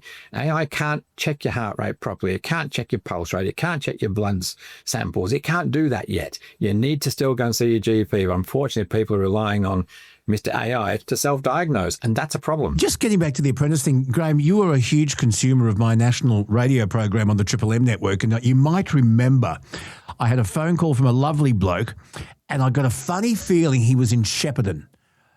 I'm sure it was a country Victoria town. I could be wrong, but he was a baker. His father was, and his grandfather was. And he said, unfortunately, when I retire, I probably have to close this family business down because I can't find an apprentice who's willing to come to work at 11 o'clock at night and finish at 6 in the morning, lift bags of flour and learn this trade. And he said, it's really sad, but I think this family business over 4 generations could come to an end when I finish it. That's tragic. All right, let's talk real life for a second. Most of us don't fall off the wagon because we're lazy. It's because we're busy. Long days, weird hours, grabbing whatever's closest. That's where Power B comes in. It's a proper meal replacement. It's chocolate in flavour. God, it's delicious. It actually fills you up. And it's built with premium grass-fed whey protein, probiotics for digestion, vitamins, and Nature Bee's Power Pollen for energy and overall well-being. It's not about starving yourself or doing anything extreme. It's just 2 shakes a day to replace the meals that normally throw you off track. Simple, consistent, done. They've got an intro pack for $39.95, and it's backed by a 100% money-back guarantee. So you're not taking a gamble. There's no chance in this. If it doesn't work, they give you your money back. But it does work. Have a look at naturebee.com and always use it alongside a balanced diet and regular exercise. It is. But it is unfortunately the world we live in right now, certainly, and having on, and we've spoken this for many years now, the decline in apprentices is a real problem. And we're seeing that now. With a shortage of builders, a shortage of tradies. So it's not this year if people start cutting out. It's in 5 or 6 years' time when those who would have qualified suddenly aren't. And we're now seeing this year, if you like, the actual consequences of 4 or 5 years ago, people stopped doing trades, stopped doing apprenticeships. That's the problem we're now facing. And now we're seeing the consequence of that. There's no tradies. Building can't happen quick enough. You try and get a plumber to come to your house. It's not going to happen tomorrow. No, or if it does, it's a grand before they even get there. Exactly. The other industry that I'm concerned about, Gray, is the trucking industry. Mm-hmm. Now, without trucks, our supermarket shelves are empty. Mm-hmm. Without tankers, our petrol stations will have nothing under the ground. And trucking, and everyone remembers during COVID, God, we were pining for toilet paper. How did that toilet paper get to Coles and Woolies and Aldi? On a truck. We forget this. But my information in the trucking industry is that truck drivers are not only not being attracted to that industry, but they're leaving it. It's a really tough industry. It's tough on families, and the penalties from the NHVR are often really, really unrepresentative of the rules that they have to follow as far as safety is concerned. And so the trucking industry is now employing truck drivers from overseas. And there's a problem with that if these truck drivers aren't fully qualified to Australian conditions and Australian rules. So they're trying to address that. So let's take that to other industries. Let's take it to the building industry, Graham. Do we now need to look at our immigration and be really selective and encourage skilled labour into this country? Take it away. Your thoughts on immigration and skilled immigration? I think skilled immigration is essential for us right now, but we've got to be smart. I mean, there are skilled visas people can get, but we've got to be smart about which industries we're targeting. Now, the last 2 or 3 years has been a huge emphasis on education, health sector, trying to get those people into the country, which is fine. We need those as well. But if you go through the skilled list that people can jump in on a skilled visa, there are things like florists, hairdressers. We don't need those. That's not an essential we don't have a shortage of florists and hairdressers. We really don't. So we really need to target the right industries to make sure we bring in skilled. But the problem with the skilled sector at the moment from overseas, if you've got an engineering degree, and I'll just throw a country from Afghanistan for one country, for instance, or India, right. When you come to Australia, we don't recognise that because the standards of your education over there are not recognised as good enough for Australian standards. So if we're bringing skilled people in, we must make sure that the qualifications they've got equal Australian standards. Otherwise, when they get here on a skilled visa, they won't get work because we don't recognise their qualifications as being strong enough for Australian standards. So that's the other problem. It's okay to have these lists with skills required. We've got to make sure the qualifications they've got meet Australian standards. Otherwise, don't bring them in because they won't get work. It's funny, because I get taxis to Channel 7, and without a doubt, every time the taxi driver is a really eloquent, intelligent man who has come from India, Sri Lanka, Bangladesh. I kind of rotate 4 drivers, and they all had incredible qualifications in their own country that aren't recognised here, and they're driving cabs. Yeah, I was up in Sydney not long ago to do an SBS show and got cabs to and from hotels and airports, and they're all from overseas, and just talking to them, they've got enormous qualifications, but we just don't recognise them. So that's the problem. It's okay to say bring in skilled people. We've got to make sure the qualifications meet Australian standards first. Yeah. Something that that regional Australia is screaming out for are doctors. Now, once upon a time, when you qualified as a doctor, and I'm not talking necessarily a specialist, let's go GP, your HECS fee was halved or dropped or minimised enormously if you did 3 or 4 or 5 years in the country first. Same thing with teachers, I think. There was a benefit there for teachers to go to regional Australia. If we want people to move out of the cities which are becoming congested, the cost of living in Sydney is beyond belief. The median house price is 1.6, Graham. Can you, for a garage, how do we attract skilled people to go to regional Australia?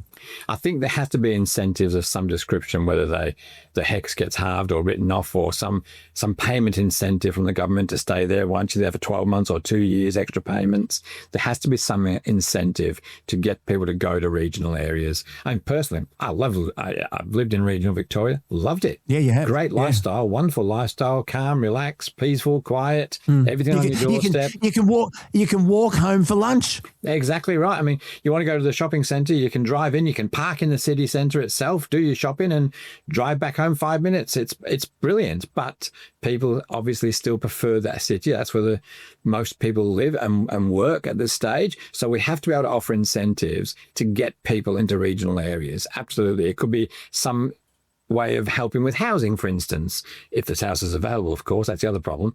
But is there something we can do to give them, I don't know, rent allowance for a period of time until they get their own property up in the regional areas? It has to be something we can do to really incentivize people to go to regional areas, particularly, say, doctors, because there's shortages everywhere. How do we encourage skilled people to move to regional Australia and get people out of the cities and to find a regional area that's attractive and to encourage people to live in regional Australia? The city or town that they're moving to has got to have an infrastructure. Yep. Schools, hospitals, nurses, doctors, teachers, fire departments, roads, cheaper housing. But it's also got to have a water supply. So how do we redevelop, as far as you're concerned as an employment expert, how do we do that and get people out of the cities that they can't afford to live in? Incentives is one. I remember a while ago there was a place in New South Wales, a country town way out west somewhere, and they were actually offering houses for $1 to get people to go and move there. Now, I'm not sure if it was the local government or the state government that did this, but they were selling people houses for $1, but you had to live there and stay there for a period of time. And if you didn't, then you pay the price for the house, kind of thing. So there's certainly incentives available. And if governments didn't waste money on other stuff like this fast rail train study, we could actually therefore use that money to be able to put towards housing so people will move to regional areas. And build a few dams. Yep, that'd be handy if they've got water as well, forget this very fast train, 90 billion. Please forget about that. Yep. Let's go to, let's put money into infrastructure. Graham, last time we spoke, we talked about Launceston, Tasmania, and the Launceston City Council. Launceston City Council and the Australian Services Union came, in principle, to an agreement for staff to work a 4-day week, 30.4-hour 4-day week, and they weren't going to reduce salaries. And I remember being asked this on Channel 7 on Sunrise. I think I might have asked for your advice on this because I had my thoughts. I think so long as people reach their KPIs and are productive, studies have shown in countries where they have businesses that offer a 4-day week, but instead of working an 8-hour day, you work a 10-hour day, right? So you're working the same hours, but one less day. Life choice. And having more time with your family, having more time for recreation, to play sport, to defrag, those companies actually were more productive. It worked. But the backlash from Tasmania, particularly Launceston, has been overwhelming. Ratepayers are saying, no way, if I've got to work 5 days, you've got to work 5 days. I'm paying my rates, I'm paying your wages. And then they've now flipped.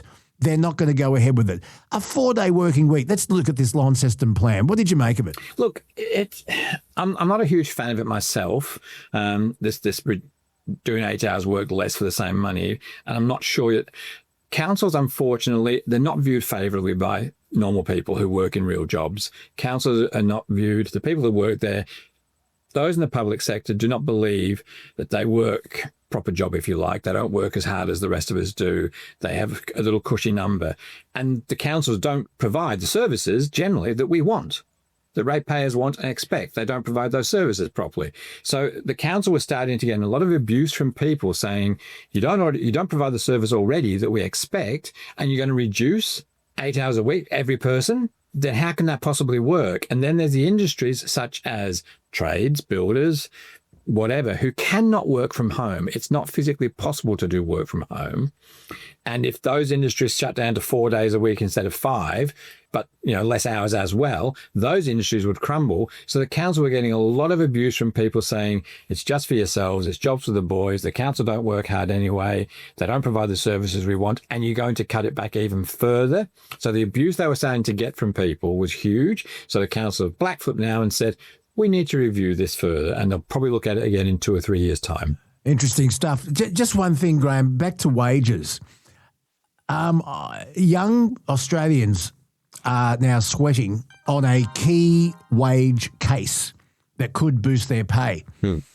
Now, local businesses are warning it could cause a collapse in employment. Junior pay rates, they apply to people below the age of 21, And it's a workplace agreement, and it covers sectors that employs a lot of young people, retail, fast food, even pharmacy. And those discounts mean 18-year-olds are paid 70% of the award wage, 80% for 19-year-olds and 90% for 20-year-olds.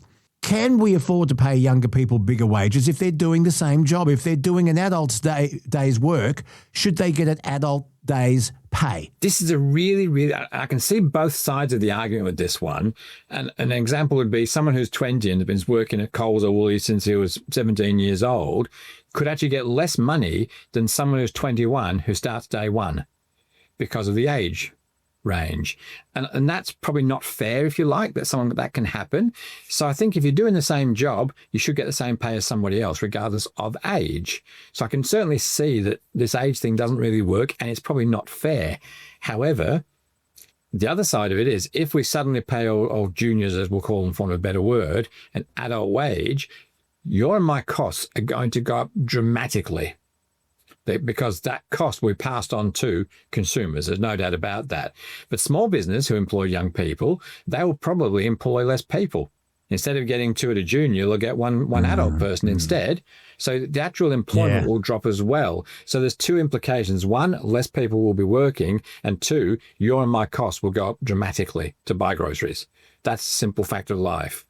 So I can see both sides of this one. There'll be a big impact, but I must admit, I've not been a huge fan of this adult range because, as I say, if you're doing the same job as someone who's 22, you should get the same money if you're 18 or 19, basically. When we were growing up, they used to have what they called like a training wage. Back in the old days, there was a training wage. So while you were training, you got a training wage. It's kind of like an apprenticeship. I mean, correct. You enter into a 5-year, 4-year apprenticeship.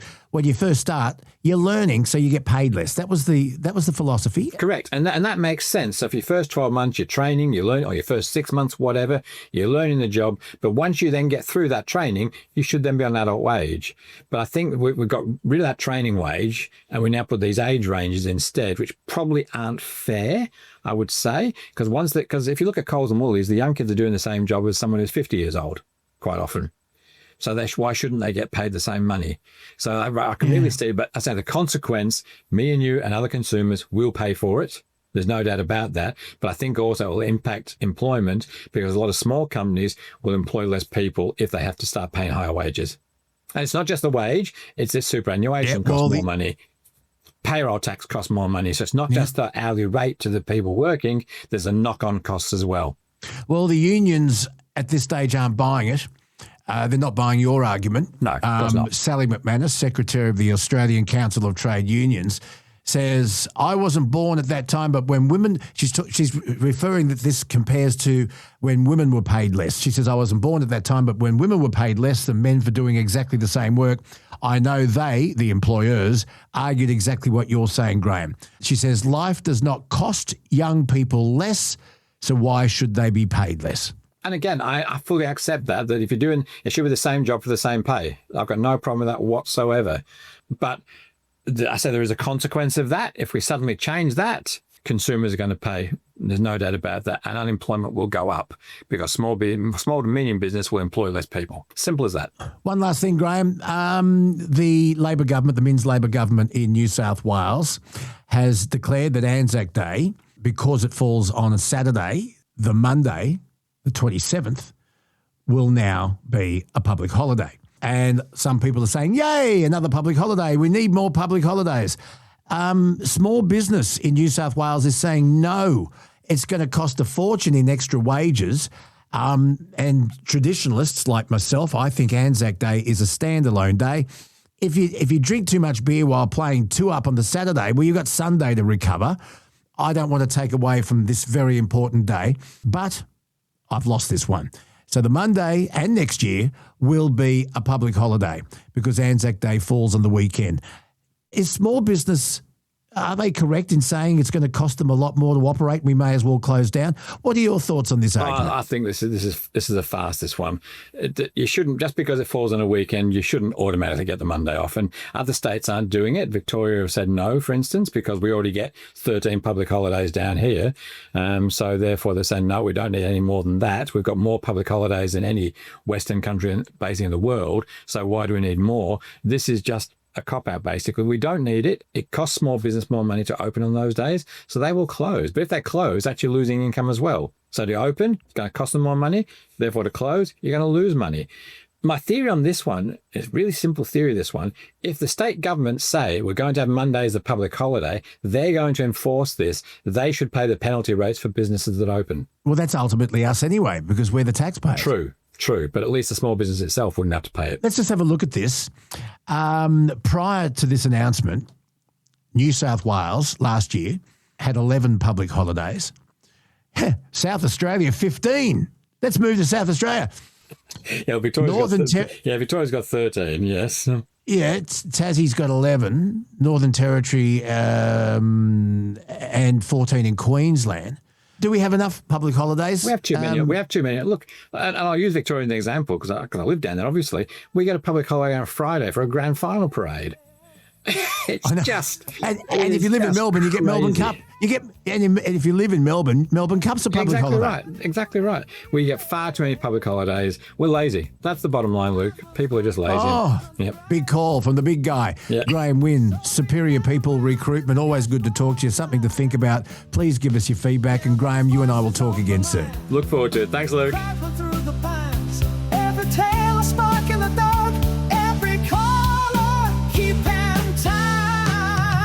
So come on down to the man cave, where the good times roll and the tall tales play. Raise a laugh with Adam on the line. Let it ramble. Time for another Man Cave where we look at some of the news that's making news and we try and have a bit of fun. In fact, we want to have fun first, but there are some things I want to get off my chest, and I'm dying to hear what our panel of experts think about. We'll get to that in a second. First of all, the Vice Captain from Canberra, Adam McDonald, expert in memorabilia. How's your week been? How's your Lego going? What's going on in your world, Sunshine? Yeah, the Lego's tracking along quite well. What you all know from the auction game is everyone sits on their hands till the death. So I'm expecting it to really kick off when the sale's closing. But we had an interesting sale last night. As you know, Allbids do have a very large IT department where we sell a lot of IT. Last night we sold an AI server for a shade over $60,000. So the IT, even the secondary market in IT at the moment, especially with anything associated with AI, is absolutely massive. We sold one last week for 30, last night for a shade over 60, and we've got another one next week. So exciting times in the IT world. I don't know what that is. That's crazy. What is it? I don't know what it is either. A server. It's just like... It's somebody that brings you drinks and food. No. So, Luke, you know when people say... put it to the cloud, like store it on the cloud. Yeah, I don't get that. The cloud is actually big room servers. So it's just like big boxes of computers, essentially, that store stuff. But that's not the only thing that they do. No, this one's an AI one. So, yeah, AI is the way of the future. Did you know that, like, to keep the grid being able to support the energy needed to power these data centers, these server centers, just in America, they would have to spend $60 billion upgrading their grid to be able to handle the amount of power that these servers need. Crazy. Like, they're pretty crazy.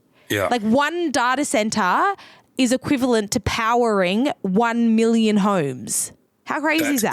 That is crazy. It's going to be an interesting time because eventually it's all going to fall over. Eventually, you can't maintain that power that power supply. I don't even know what the cloud is. I don't get the cloud. How big is this cloud? Is it indefinite? Is it like an airline hangar? Is it 20 airline hangars? What? I don't get it. I don't know what it is either. Like, it's as big as people want it to be. As long as there's money in it, it can just keep getting bigger and bigger and bigger. But will there be a time where it gets too big and it shits itself? Well, that time will be when the grid can't handle it anymore, and then the public system is tasked with spending a bunch of money trying to upgrade the grid. And guess what that means? Everyone's electricity is going to get more expensive. Yeah. Also with us today, we're very lucky to have one of our regulars, Jason Morrison, social commentator, amongst other things, and he's coming to us live from Parramatta Park. Weren't you arrested there some time ago? I thought that you were warned off Parramatta Park.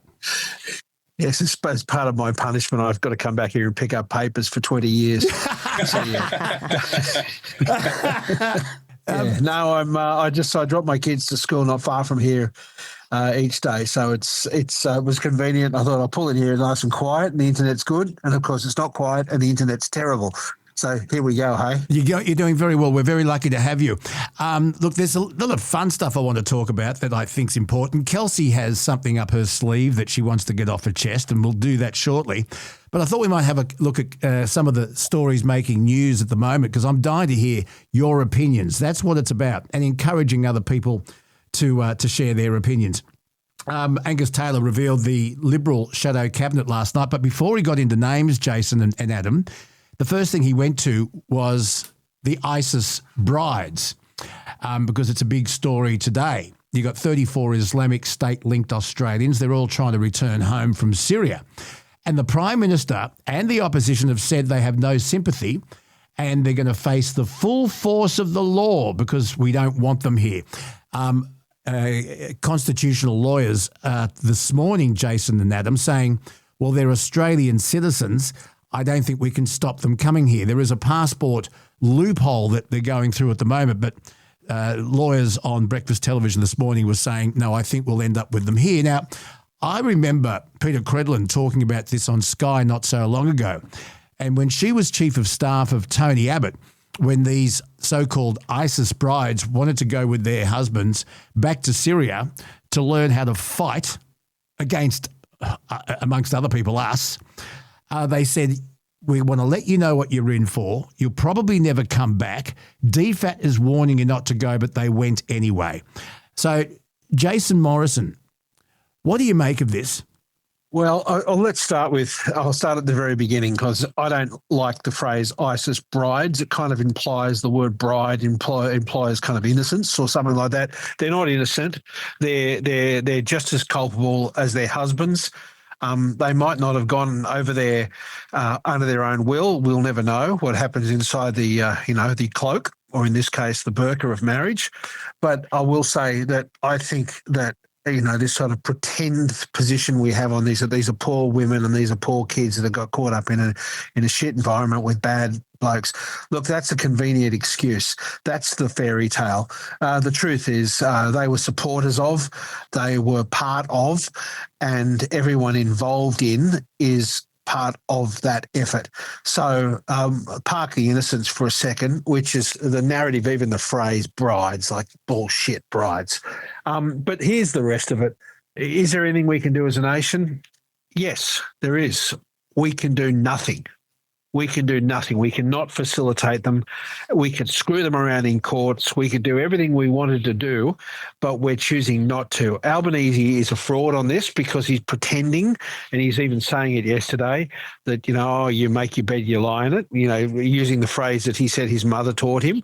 Well, if they made their bed and they had to lie in it, Australia wouldn't be doing a thing, but Australia's doing everything at the moment, and we're doing it in a filthy, clandestine manner that totally ignores the responsibility of government, and the government's responsibility, number one, top of the list, undeniable, is protection of the citizens here.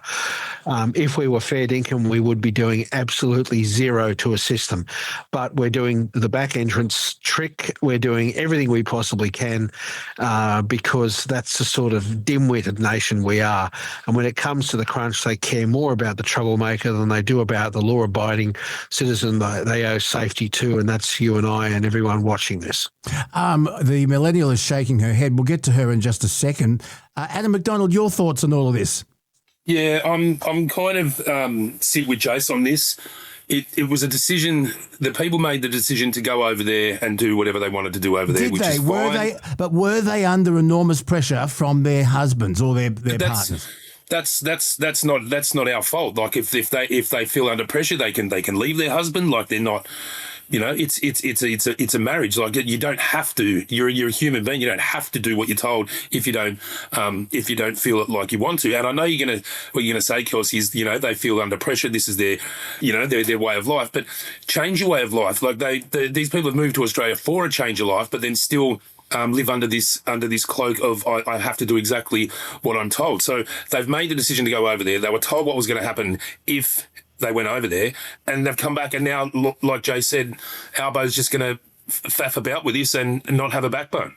It's interesting to note, well, not interesting, tragic to note, that those two gunmen that committed that terrible crime on the 14th of December at Bondi did so under an ISIS flag. Kelsey, you're shaking your head. What's on your mind? I just think a group of white people pretending to know what goes on inside the walls of these homes is just silly. Like, we only hear not even one side of the story, like maybe a quarter of the story. And I'm not saying that these people are not bad actors. I'm not saying that there are women, there are some women that did not know fully what they were getting into, but we cannot pretend that this is the case for every single one of those women. We know for a fact that a lot of these women don't really know what they're getting into. They're told that if you don't come with me, you are going to lose access to your children. I'm going to take them away from you. So I think there's a lot more complex and nuanced than what people want to believe. It's not as straightforward. And also, there's this thing of, okay, if these people are bad actors, if we bring them back to Australia, they can face justice here. But if we just let these people get out of our security's control, then we've got no eyes on these people. We don't know where they're moving to and from. So I just think it's stupid for us to pretend that we know what we're talking about here. Okay, Jason, is Kelsey being a bleeding heart? Is she being naive, or does she have a point? Well, yes, and Kelsey, that's great. I'll tell you what, I'll cut you a deal. Where do you live? Because I'll arrange for them to live just down the road from you. You'd be cool with that, would you? Absolutely. I would love to learn more about their stories from their mouths. Absolutely. We've found someone who wants them. And you use this phrase, actors. Now, actors is bullshit language. They're terrorists. They're actors. You're going to terrorists. say every single woman in this situation is a terrorist. How many of these people have you spoken to directly? They ran the camp for the boys that have gone out there and got done on the battlefield. That is a gross oversimplification. Well, I'll be happy with that. I'm very comfortable with that. But I'm happy to know that they're cool to live next door to you, living next door to Kelsey. I think that's fabulous, because this is the thing. It tends to be people who will never end up living next door to them, who never have to have their kids go to school with them, who never have to deal with the consequences and realities of what we're importing this country, that have the kind of warm, fuzzy feelings about it. And I'm grateful and gracious that you've offered. So I'll put a call in for you. I don't have warm, fuzzy feelings about it. I just understand that it's more nuanced than let's just paint all of these people as terrorists and that they are not human. Let's take away their human rights. I just think No look discussion at this about their humanity. I know their humanity, and I know what their humanity causes and the results of their humanity. But how can you blanket and I don't every want their single person humanity with here. that? How can you? Because they are associates of. See, we use how many phrases of them like have you actors. spoken to?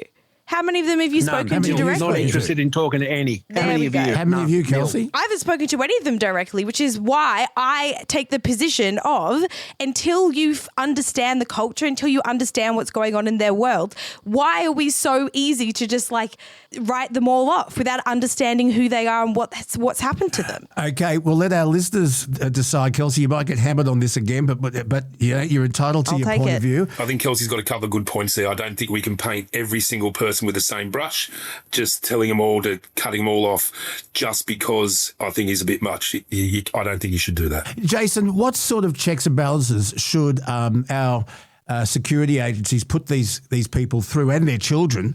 Are they going to be ticking time bombs that have been indoctrinated so far that they might just go off? How do you?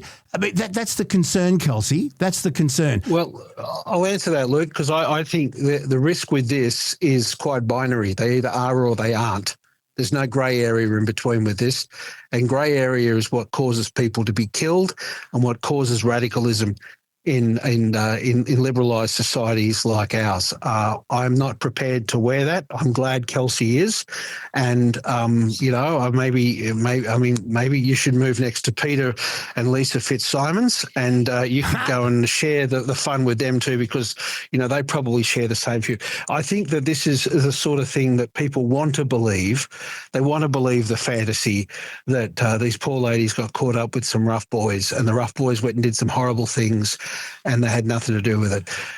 You know, we have kids back in this country right now who have been part of behaving in this environment. I'm no interest in you. I don't want my kids put at risk. I don't want yours. I don't want Kelsey put at risk. I don't want them here. Australia has a solution. Continue to finance their wonderful lives that they chose to have in a shithole like Syria. Okay, Perfect. Let's see. Have they been radicalised? We don't know. And if they have, can you turn it round? Let's look. We'll leave that one there. Okay, I think we've got both sides there. Adam's kind of in the middle, kind of a bit with Kelsey. I think more with Jason.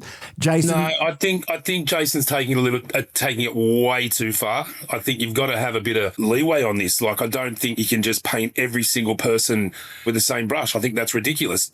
No one's met them. What's the test? What's the test? What do? We sit them down and we get them to, give us the national anthem and answer a couple of questions about Don Bradman, and then we say, oh, they must be Aussies then. Mate, I'm not prepared to put that at risk. I'm on the side of, 28 million people here who don't want this crap in their country, and I don't want this crap in my country. They made a decision. I'm sorry for the kids, but the parents make decisions. Parents are making decisions about kids each and every day in this country too, and it has an impact on them. But I don't want mine, nor yours, nor Kelsey's, or anyone's family or friends put at risk by the introduction of a problematic culture into Australia. It does not do us any benefit. There is no upside for us. What's the upside? Let's ask our listeners as well. Please, lukebonaradioguy at Gmail, or leave us a voice message, 0291289311. Do the ISIS brides stay in Syria, or do we welcome them back? They are, at the end of the day, Australian citizens, and they have small children. But we've heard that. I wanted to move on to something else that's been in the news, Jason and Vice Captain and Kelsey. Grace Tame. There are calls for her Australian of the Year award to be revoked because of comments she made at a pro-Palestinian protest at Sydney Town Hall last week. Globalise the Intifada, globalise the Intifada from Gadigal to Gaza. Gadigal is, by the way, the Aboriginal word for Sydney. So I think that may be where she got that from. She's very angry, very cranky. She's been described this week as Australia's Greta Thunberg. Now, I was looking to see if there's a precedent of a recipient of Australian of the Year having their title taken away. The closest I got, Jason and Vice Captain, was Alan Bond. Now, he didn't lose his 1978 Australian of the Year award, but he was stripped of a separate honour, which is actually higher, the Officer of the Order of Australia in 1997. He was stripped of the AO after being jailed for siphoning $1.2 billion. Mind you, Alan Bond came back and faced the music. Christopher Skase just pissed off to Mallorca. But anyway, Vice Captain, I'll let you go first on this. Grace Tame, does she keep Australian of the Year? Is globalising the Intifada an Australian thing to say? Look, I think she's got every right to say whatever she wants. It's an opinion. Opinions like arseholes. Everyone's got one. So I don't have an issue with it. I don't think she should lose it. Jason Morrison. Mate, I don't care much for her, and I don't care much for her views, and I don't particularly care much about her title. She's already had the title of Australian of the Year stripped from her because there was one that replaced her, and there was one that replaced the person who replaced her. And this is the thing about Australian of the Year. It's actually it comes with a lot, but you get nothing. If you are, you mentioned Alan Bond as an example. I think he had an OBE after his name, but he was also Australian of the Year. Most people probably wouldn't remember it was Australian of the Year, but if you put his title up, he gets to carry the letters OBE after his name until they take them off him. You don't get that with Australian of the Year. You're a former Australian of the Year, and she's a former one. I feel sorry for her in a way. I think she probably had too much spotlight too early in life. With probably not enough support, because they never give these people enough support. No one has a clue what's about to happen to your life when you become, the leading figure for the year. I don't have a lot of sympathy for the crap that comes out of her mouth, but stripping her of a title, I couldn't care. Look, let her be damned for what she said. She said idiotic things. I think with, a mouth that says what she said, there'll be a few people in corporate Australia that'll probably think they don't want to be associated with that. So she'll pay the price. I wouldn't bother going back and doing the Australian of the Year thing with her when he made that decision. Well, may or may not have been a good one when it was made, but I'd leave her at that. I actually feel a bit sorry for her, and I feel, and I don't say that in a condescending way at all, because she's grown up enough to have learned one or two lessons out of life. But I feel for her because, you know, there's a whole lot of people that use figures like this, and, you know, she's had a rotten life and she had a rotten start to her life. And I think, if anything, she needs the support, that she doesn't need to be condemned any further because her mouth is doing that for her. Kelsey? What do you laugh? I don't think there's anything. I think there's nothing more Australian than standing up for what you believe in. And infidada is an Arabic word that simply means uprising. It does not.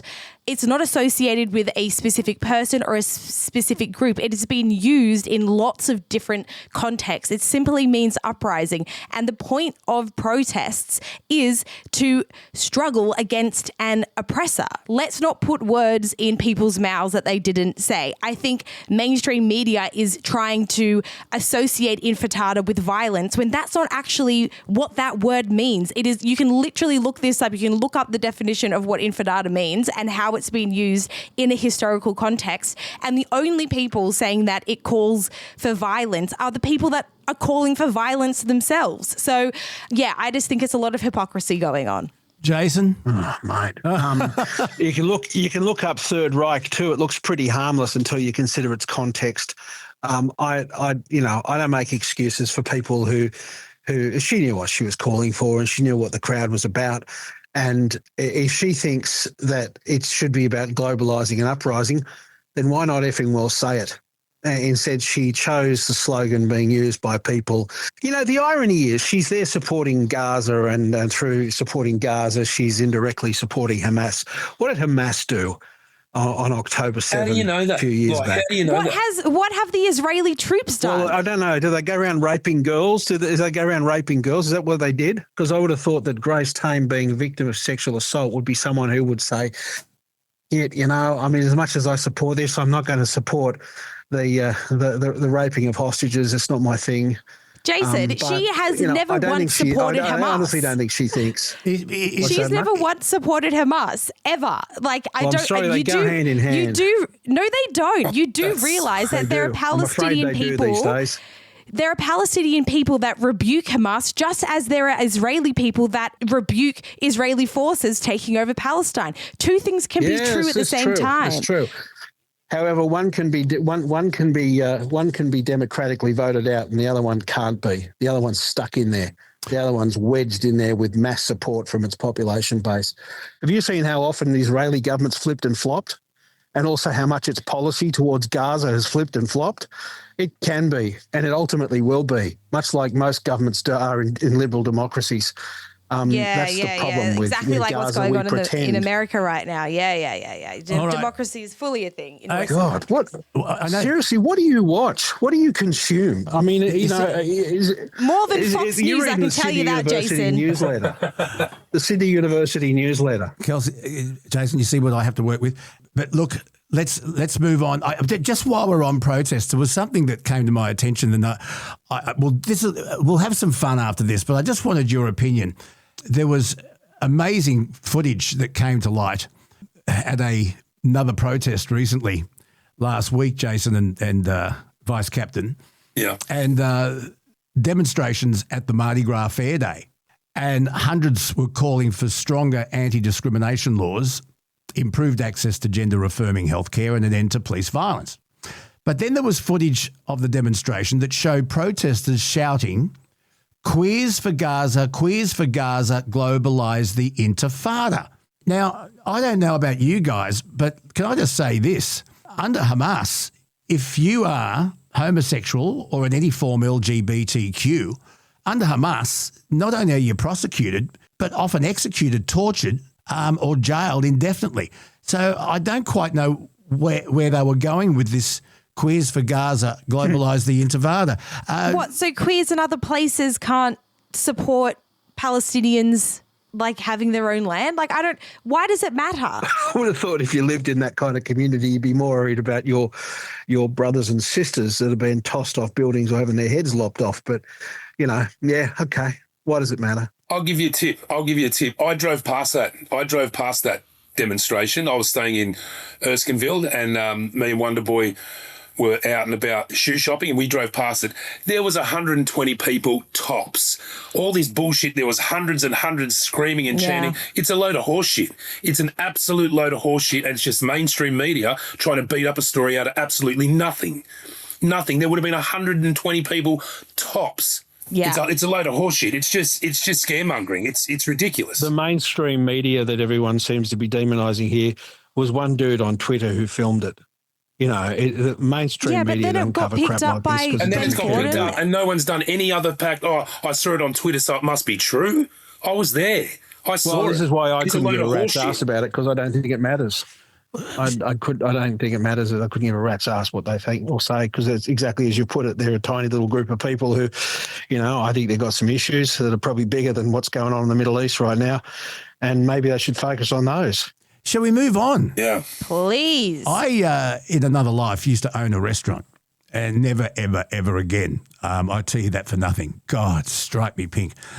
But I feel really sorry for some hospitality venues that have to put up with complete crap from customers. And one of them, let me tell you about this story. It's a restaurant at Pony in the Rocks, where the staff say a family visiting from Ireland ordered some of the venue's most expensive items.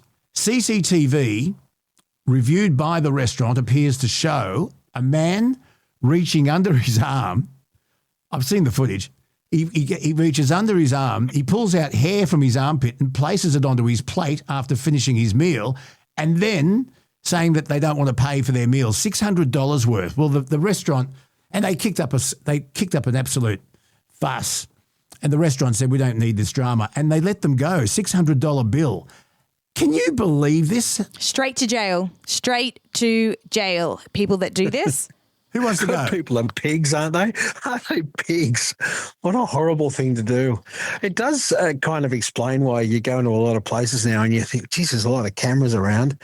I wouldn't have thought they'd be watching the dining table, but I mean, good on that restaurant that it was smart enough to actually preempt that there are some pigs out there that would try this stuff on. But they didn't get and the circus that followed too. But they didn't get the money back. They said, let it go. But then they thought, let's check the camera.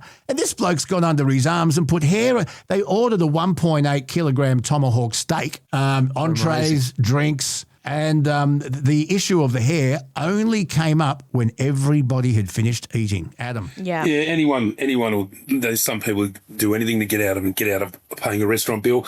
I've got a mate who opened a restaurant in Marrickville.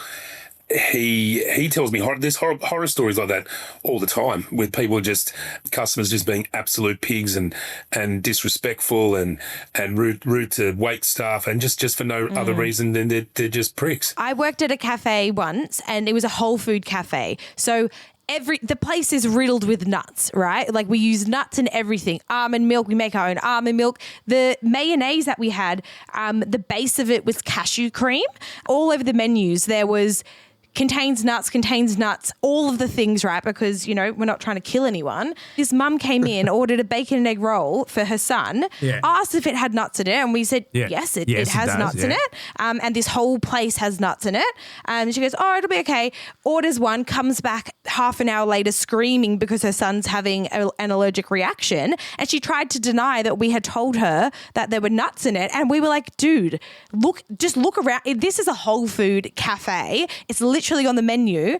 Why risk it? Why risk it in this day and age when there are cameras everywhere? You have got to be an absolute idiot to try something like this. Yeah, it's disgusting. Like, people make these decisions and then realise it's the wrong decision, then try and put it back on somebody else. I tell you what, there are all sorts of scammers out there. We had a couple of runners at our restaurant, and it's very hard to pick them. But it's just devastating, you know. And hospitality since COVID's really taken a kick in the ass. So I feel very sorry for this restaurant. I remember at the restaurant we were within a hotel in Bathurst, and there was a story about this guy who there were two teenagers in George Street, and he asked them for directions, and they gave him the directions, and he said, listen, let me thank you, let me buy you a Coke. So he took these two teenage boys into the hotel, into the not the public bar, the saloon bar, and ordered them a Coke, and said, yeah, I'm checking in for the night. By the way, you haven't got a bottle shop. I want to get a bottle of whiskey and you can put it on my room. He gets the bottle of whiskey and walks out. They assumed the two boys were his sons or with him. They didn't know him from a bar of soap. And he's walked out with a bottle of scotch and he's left the two kids with their Cokes. People suck. I reckon. People are pricks, aren't they? I reckon, if you're caught doing this, there should be some type of repercussion. Maybe you get put on kind of like a list that other restaurants have access to, and if you're on the list, you can get banned from. No, they've got to be a waiter for. They've got to be wait staff for a week.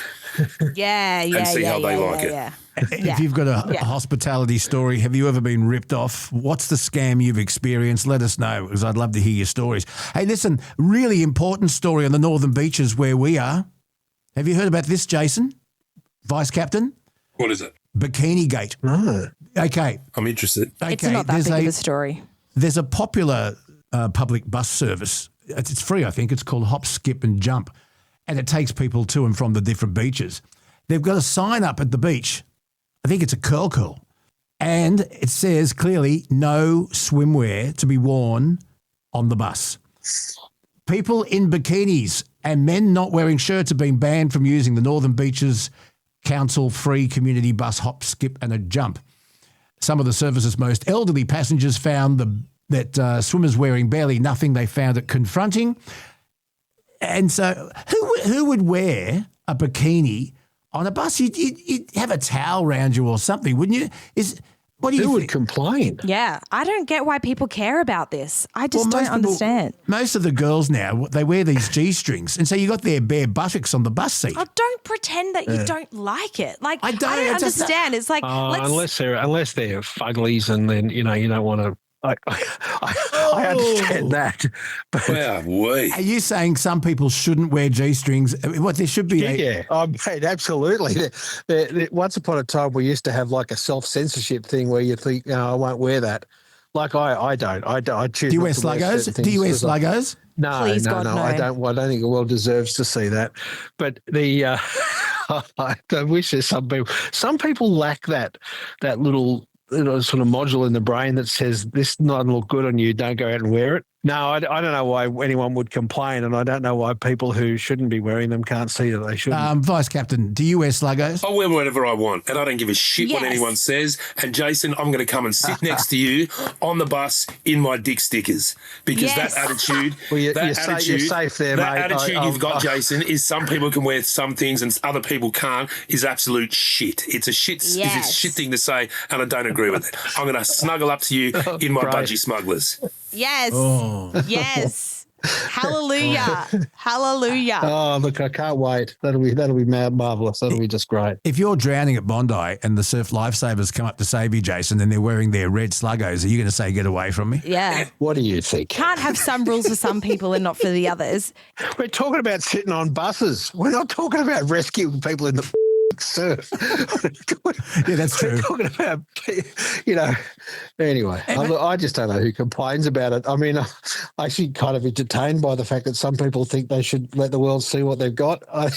It's absolutely you should let see the world. Why do people care what other people's bodies look like? Who cares? Bodies are bodies. There isn't one shape and size that is meant to be the perfect thing. Yeah, but Kelsey, can you explain to me, because I don't get it. Where is this G-string thing going now? Every girl you see on the beach, what do you mean? has got a piece of string going up her ass. No, They've been around forever. Do you not understand how fashion trends work, Luke? Do you not understand that some things come into fashion? I don't believe in fashion trends. Brazilians have been wearing G-strings in public since. I don't care. I've been wearing sneakers, blue jeans, and cold chisel T-shirts since 1978. Yeah. What do you want? A prize for that or something? No, it means I don't care. But I wouldn't wear Well, hang on. Weren't we just going into people should be allowed to wear what they wear? Free and easy, Kelsey. flowers in the hair. Yeah, come on. Absolutely. But that doesn't mean you can sit there and then judge other people. G-strings have been around forever, Luke. They've just become more popular. That's how fashion trends work. And also people are more confident in their bodies and they want to wear the things that make them feel good. And sometimes that is a G-string. Who cares?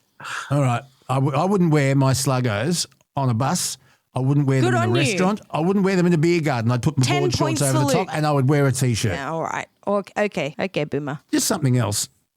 Who mows the lawn at your place? Vice Captain, do you have a lawn or you live in an apartment? No, I'm in an apartment, but when I did live in the wonderful suburb, the wonderful multicultural suburb of Campsie, I had a really big yard and I used to really enjoy mowing the lawns. Because I had 15 at one stage tyre swans. You know what a tyre swan is? No. It's like, it was a car tyre that's been carved into a swan and they're painted white. Ah, yeah. Yeah, so I used to have a thing for them. So I think I had 15 in my backyard and it just looked, I had an outhouse, a little brick outhouse, and I absolutely loved that backyard. But so I really enjoyed doing the lawns. When you mowed, did you do the neighbours' nature strip as well as yours? Or you did theirs as well? Yes, because the next door neighbour, Tanya, she lived by herself. She was very easy on the eye and she used to bake me muffins and I'd do her nature strip. Jason, on realestate.com.au there was a photo of a small untamed strip of green nature strip remaining. Someone had mowed theirs beautifully but left the nature strip on either side overgrown. And it brought up the question, do you mow your neighbour's nature strip or not? Jason? I wish someone had mown mine. I think our mower got pinched. We just can't find it. I'm not going to pretend it's like Steptoe and Son House, but we just can't find the bloody lawnmower. So I think someone's nicked it. So it is up to sort of, like mid-knee height at the moment. So, yes, if any of the neighbours are interested, please mow mine for all the reasons that you're about to hear. I tell you what, it's a bastard if you live on a corner block. Because your nature strip is huge. How expensive a lawnmower is? I've been out looking at it. It's like almost $600.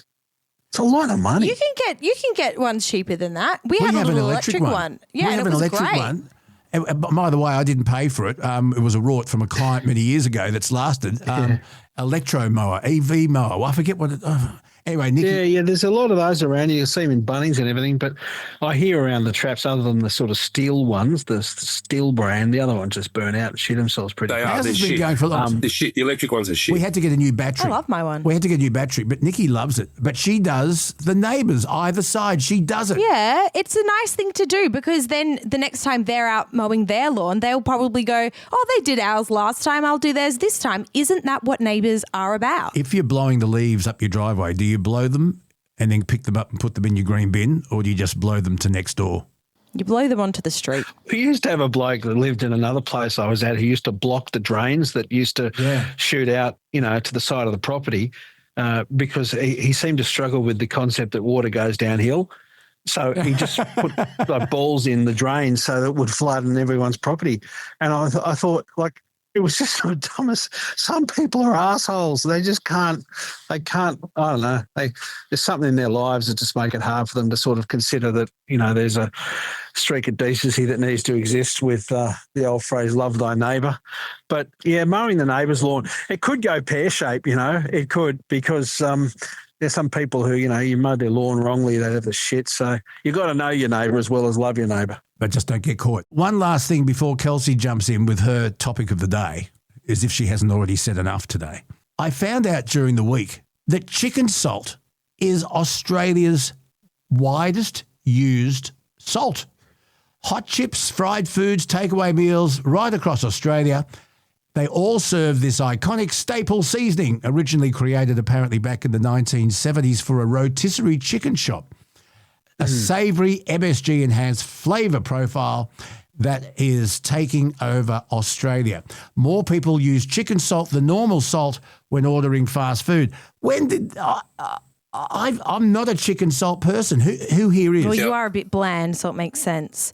Chicken salt is the best. It is the superior choice. It just adds a little bit of extra flavour. Who wouldn't want that? And of course, ironically, today most chicken salt has no chicken in it. Because we have to be careful not to corrupt the boundaries of vegetarianism, so they have to use no chicken in it. There's not even chicken flavouring. They've kind of made it. They've just sweetened it a bit, and it's MSG and everything like that. Oh mate, it's all bad for you, all this shit. So And I bet you eat it. Pick your poison. Pick your poison. I'll just take what they give me. Vice Captain, are you a chicken salt person? Yeah, absolutely. I think it's a bit weird putting on anything else but chips, but it's like buying a car. Why would you get the GT when you can get the GTR? Yeah. Absolutely. Absolutely. Chicken salt for the win. Now, Jason, just to fill you in, we've been playing a game on the Man Cave for the last 2 weeks. We had Scotty Phillips last week. It was an idea I came up with, and it failed dismally. I wanted to muddle the millennial. So I pulled out some questions that we thought Kelsey would have no chance of answering, and she did very, very well. Like I said to her, what were the yellow pages? Was a Rolodex. We still had them in my generation. I thought of one during the week that you won't get. Kelsey, who was Auntie Jack? Quick answer. Someone on TV. Well, yes. Yeah, that's a pretty safe answer. It's a safe answer. Auntie Jack was Graham Bond. It was a character on the ABC. And if you don't tune every week, I'll jump through the TV and rip your bloody arms off, which was controversial because bloody was considered a swear word back then. Rory O'Donoghue was the Thin Arthur. The great Gary McDonald was the Kid Eager and Norman Gunston. And it was an iconic show, one of the first to go colour. In fact, they went from black and white to colour on the telly. On air. Amazing. It was amazing breakthrough stuff, but that was Auntie Jack. It was Graham Bond. You know, but once upon a time, Auntie Jack was a send-up. These days, it's real. It's a difference. I don't get it. Transgender. Okay. Look it up. Look it up. So, Kelsey, you wanted to take this a step. So then Kelsey asked me questions and I didn't get any. Adam and Scotty Phillips helped me out. What were some of yours? Let's see if they work on Jason. One of them. Jason's got young kids though, so I feel like he would probably know Try them. me. You'll be amazed actually how little I know because I choose not what to. were some of your questions? Go for it. One of them was, what drink am I ordering if I'm at chat time? Don't know. Oh, bubble tea. Come on.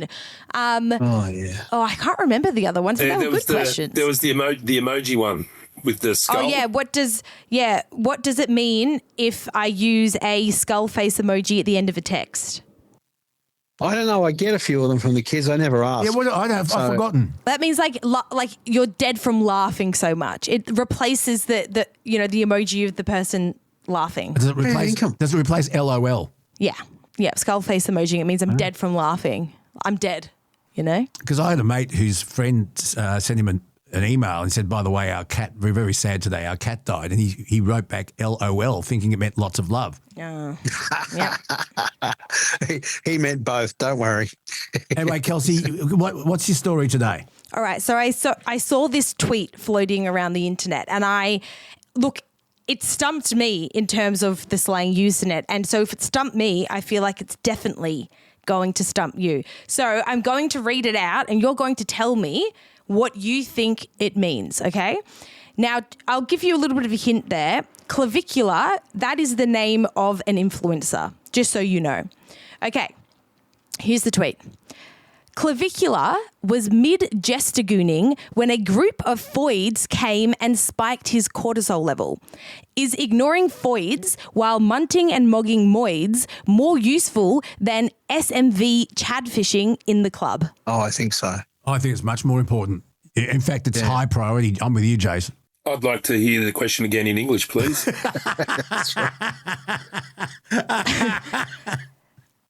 That was their English. That's how they speak now, Adam. Just tell us. Break it to us gently. Okay, so it is it better to ignore women and focus on making other men look inferior, or is it better to go to a club and try to trick people into thinking you have a high sexual value? Wow, wee. That is the final translation. I don't know. My Wonder Boy's 18. He doesn't speak like that. No, I think this seeing this was the first time I was worried about the young people. The future. No, I'm still trying to figure out. We've still got the 6-7ers going on, and the new one they do. The kids are holding out is 41. I'm like, what does that mean? 41. What is 6-7? I never really learned what it meant. It seemed to be quite good, but no, I never learnt any of that. And normally, by the time people like me figure it out, it's gone anyway. It's history. Yeah, so it's gone. I'm happy with that. Are we done with that now? Yep. That's the best segment. That's great. Really? Let's wait for the feedback. Do we include Kelsey in the man cave ever again? Let us. She's good, mate. She's good. Yeah, I think she's good. Well, she's got some warped ideas of the world, but she's great. Well, Otherwise. she's young and naive. Someone's got to pull you guys into line. She's a Palestinian-loving, left-wing, tree-hugging Greta Thunberg fan. And look, that's... Who's living next door to ISIS. Put it on the resume. Put it on the resume. Living Put it on the next resume. door to ISIS. 24 years waiting to come back. You are really showing your age here, Luke. You're really showing your age. That's a song. Tell me you don't know how to use Google without telling me you don't know how to use Google. He's still performing. Kevin Wilson is still performing. Living Next Door to Alan, that was very funny. That was a very Living Next Door to Alan. Living Next Door to Alice was the original song, but Living Next Door to ISIS, someone's going to write that very, very soon.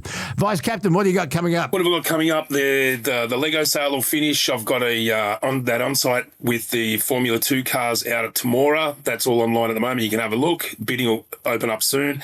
And I've got another on-site sale coming up in Goulburn, which is going to be a good little sale, and it'll get our footprint up there in Goulburn. A beautiful old home, beautiful old furniture, some interesting stuff. Jason Morrison, very quickly, can Angus Taylor and Jane Hume and the new coalition save the Liberal Party at the next election, or is it going to take a lot longer than that? I think they've bottomed it out in the sense that the previous leader kind of put the low point, and what they will do is take it no lower. I can't really see, with what I've heard so far, a major transfer, because I just don't think people are listening to it. They're sick of half talk and everything like that. They just want straightforward solutions and, people who they believe. And I don't think either of them really are those people, unfortunately. And that's tragic, because the country needs good opposition. We got a shit government, and the only way you can fix a shit government is to have a good opposition. We've got a shit opposition and a shit government,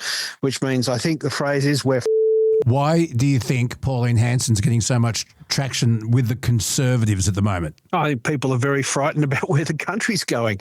And when they're frightened, they go to people who speak frankly and speak their language. And I think she has been strong and constant on most of the issues she speaks about for, as long as I've known her. With 1996 was the first time I met her, and she's not changed much from that. Some of the things have been nuanced around the side, and some of her ability to articulate it has got better because she's got more practice in the public environment. But basically, she is the same woman that people got to know and got to like. Even if they didn't vote for her, they liked her because they liked her honesty. And, at a time when everyone feels a bit dishonest, and when everybody feels like they're being let down by the dishonest class of political dribblers that end up in positions, they go to a distressed position, and the distressed position at the moment is where One Nation is. And I can't see that changing much, because, there's a lot of things going on in this country at the moment, and I fear a lot of them. I fear a lot of them because people are very worried about the direction of the place, and they're worried about the future we're going to leave kids, and they're worried about what life will be like for them. And, I'm put in that category too. You tell Kelsey, I think the same. I hope your life is going to be as good as mine has been, and I fear it won't be. And I don't think there's much I can do about it at the moment. So that's why people are where they are at right now. And people say, it's the older people. Well, their vote counts just as much. And we all graduate into older people, and we all have exactly the same emotions. We want to leave a better country than the one we were part of, or at least one that's as good as. And I fear and feel that's what is not going on right now. You're here because we love your opinion. We don't always agree with it, but you're here because you have an opinion, and I really appreciate it. Just quickly, I predicted on Channel 7 Sunrise last Friday that when we were waiting for the leadership ballot to take place, and I said I believe Susan Lee was going to be soundly defeated, and that there would be a by-election. I thought she'd get out of politics. She did. So we have a by-election coming up in the seat of Farrer. That's going to be very interesting to watch, isn't it? Yeah, I think that'll give us a result no one expected, actually. And I don't think it'll necessarily be a One Nation or a Liberal thing. I reckon you'll find there'll be an independent. A teal? A teal? People will want to call them that, but I think they'll just be compromise candidates. They'll be safe zones. The problem with, not all independents achieve much. I mean, most of the Northern Beaches independents are getting sweet FA for their communities, other than feel-good stuff and lovely newsletters and stuff. But really, when it comes to the crunch, you want people who are independents who are going to achieve things. And, I look at Katter as a good example of that. He achieves for his community. Even Tony Wins, as much as I wouldn't feed him, I thought he achieved for his community. So, sometimes you want people who are going to do things, not stand for bumper stickers. All right. It is interesting having lived on the Northern Beaches. At one point, we had the Prime Minister, Tony Abbott, member for Warringah. We had Mike Baird, member for Manly, who became Premier. We had Brad Hazard, member for Wakehurst. We had Bronwyn Bishop.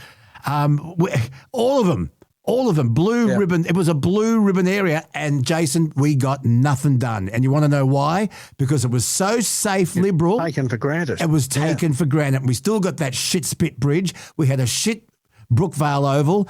A dreadful public transport because they got complacent. They thought we are living in a very safe place and let's not worry about them. And I'm glad it's been given a shake-up. Well, I hope it works. I really do. I hope it works. But one of the things you don't want to is your quality and standard of life played with by social engineers. And unfortunately, too much of Sydney has been, and we're turning nice suburbs into shitholes and putting high-rise up and this and that.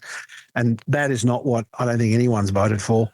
And we're doing it for all the wrong reasons. We're not running, migration in Australia with respect to the betterment of the Australians who are living here. We're running migration for the betterment of people who want to come to the country. And that's all well and good, providing they're prepared to pay for it. Most aren't. We'll leave it there. Jason Morrison, thank you for joining us at Parramatta Park. I hope you don't get arrested. And not this time. I have to wear a bright vest so they know where I am. Yeah, for loitering. I hope you got your ankle tracker on. And I will talk to you soon. Vice Captain Adam McDonald, All Bids, the expert in memorabilia. If you've got something you'd like Adam to have a look at, please send it in. Send a photo and we will get back to you. And Millennial, you and I will catch up again soon because there's plenty more of this podcast still to come. Thank you so much for listening. Episode 83, done and dusted, with episode 84 just around the corner. God knows what that will involve. Can't wait to bring it to you. Grady Sue, do you want to hear my thought for the day? Yes, please. This is true. I looked it up. Did you know that a recent study has shown, and it's actually proven, the people who have more birthdays live longer? Oh, God. Oh. Goodbye. I know, Granny Sue. I know.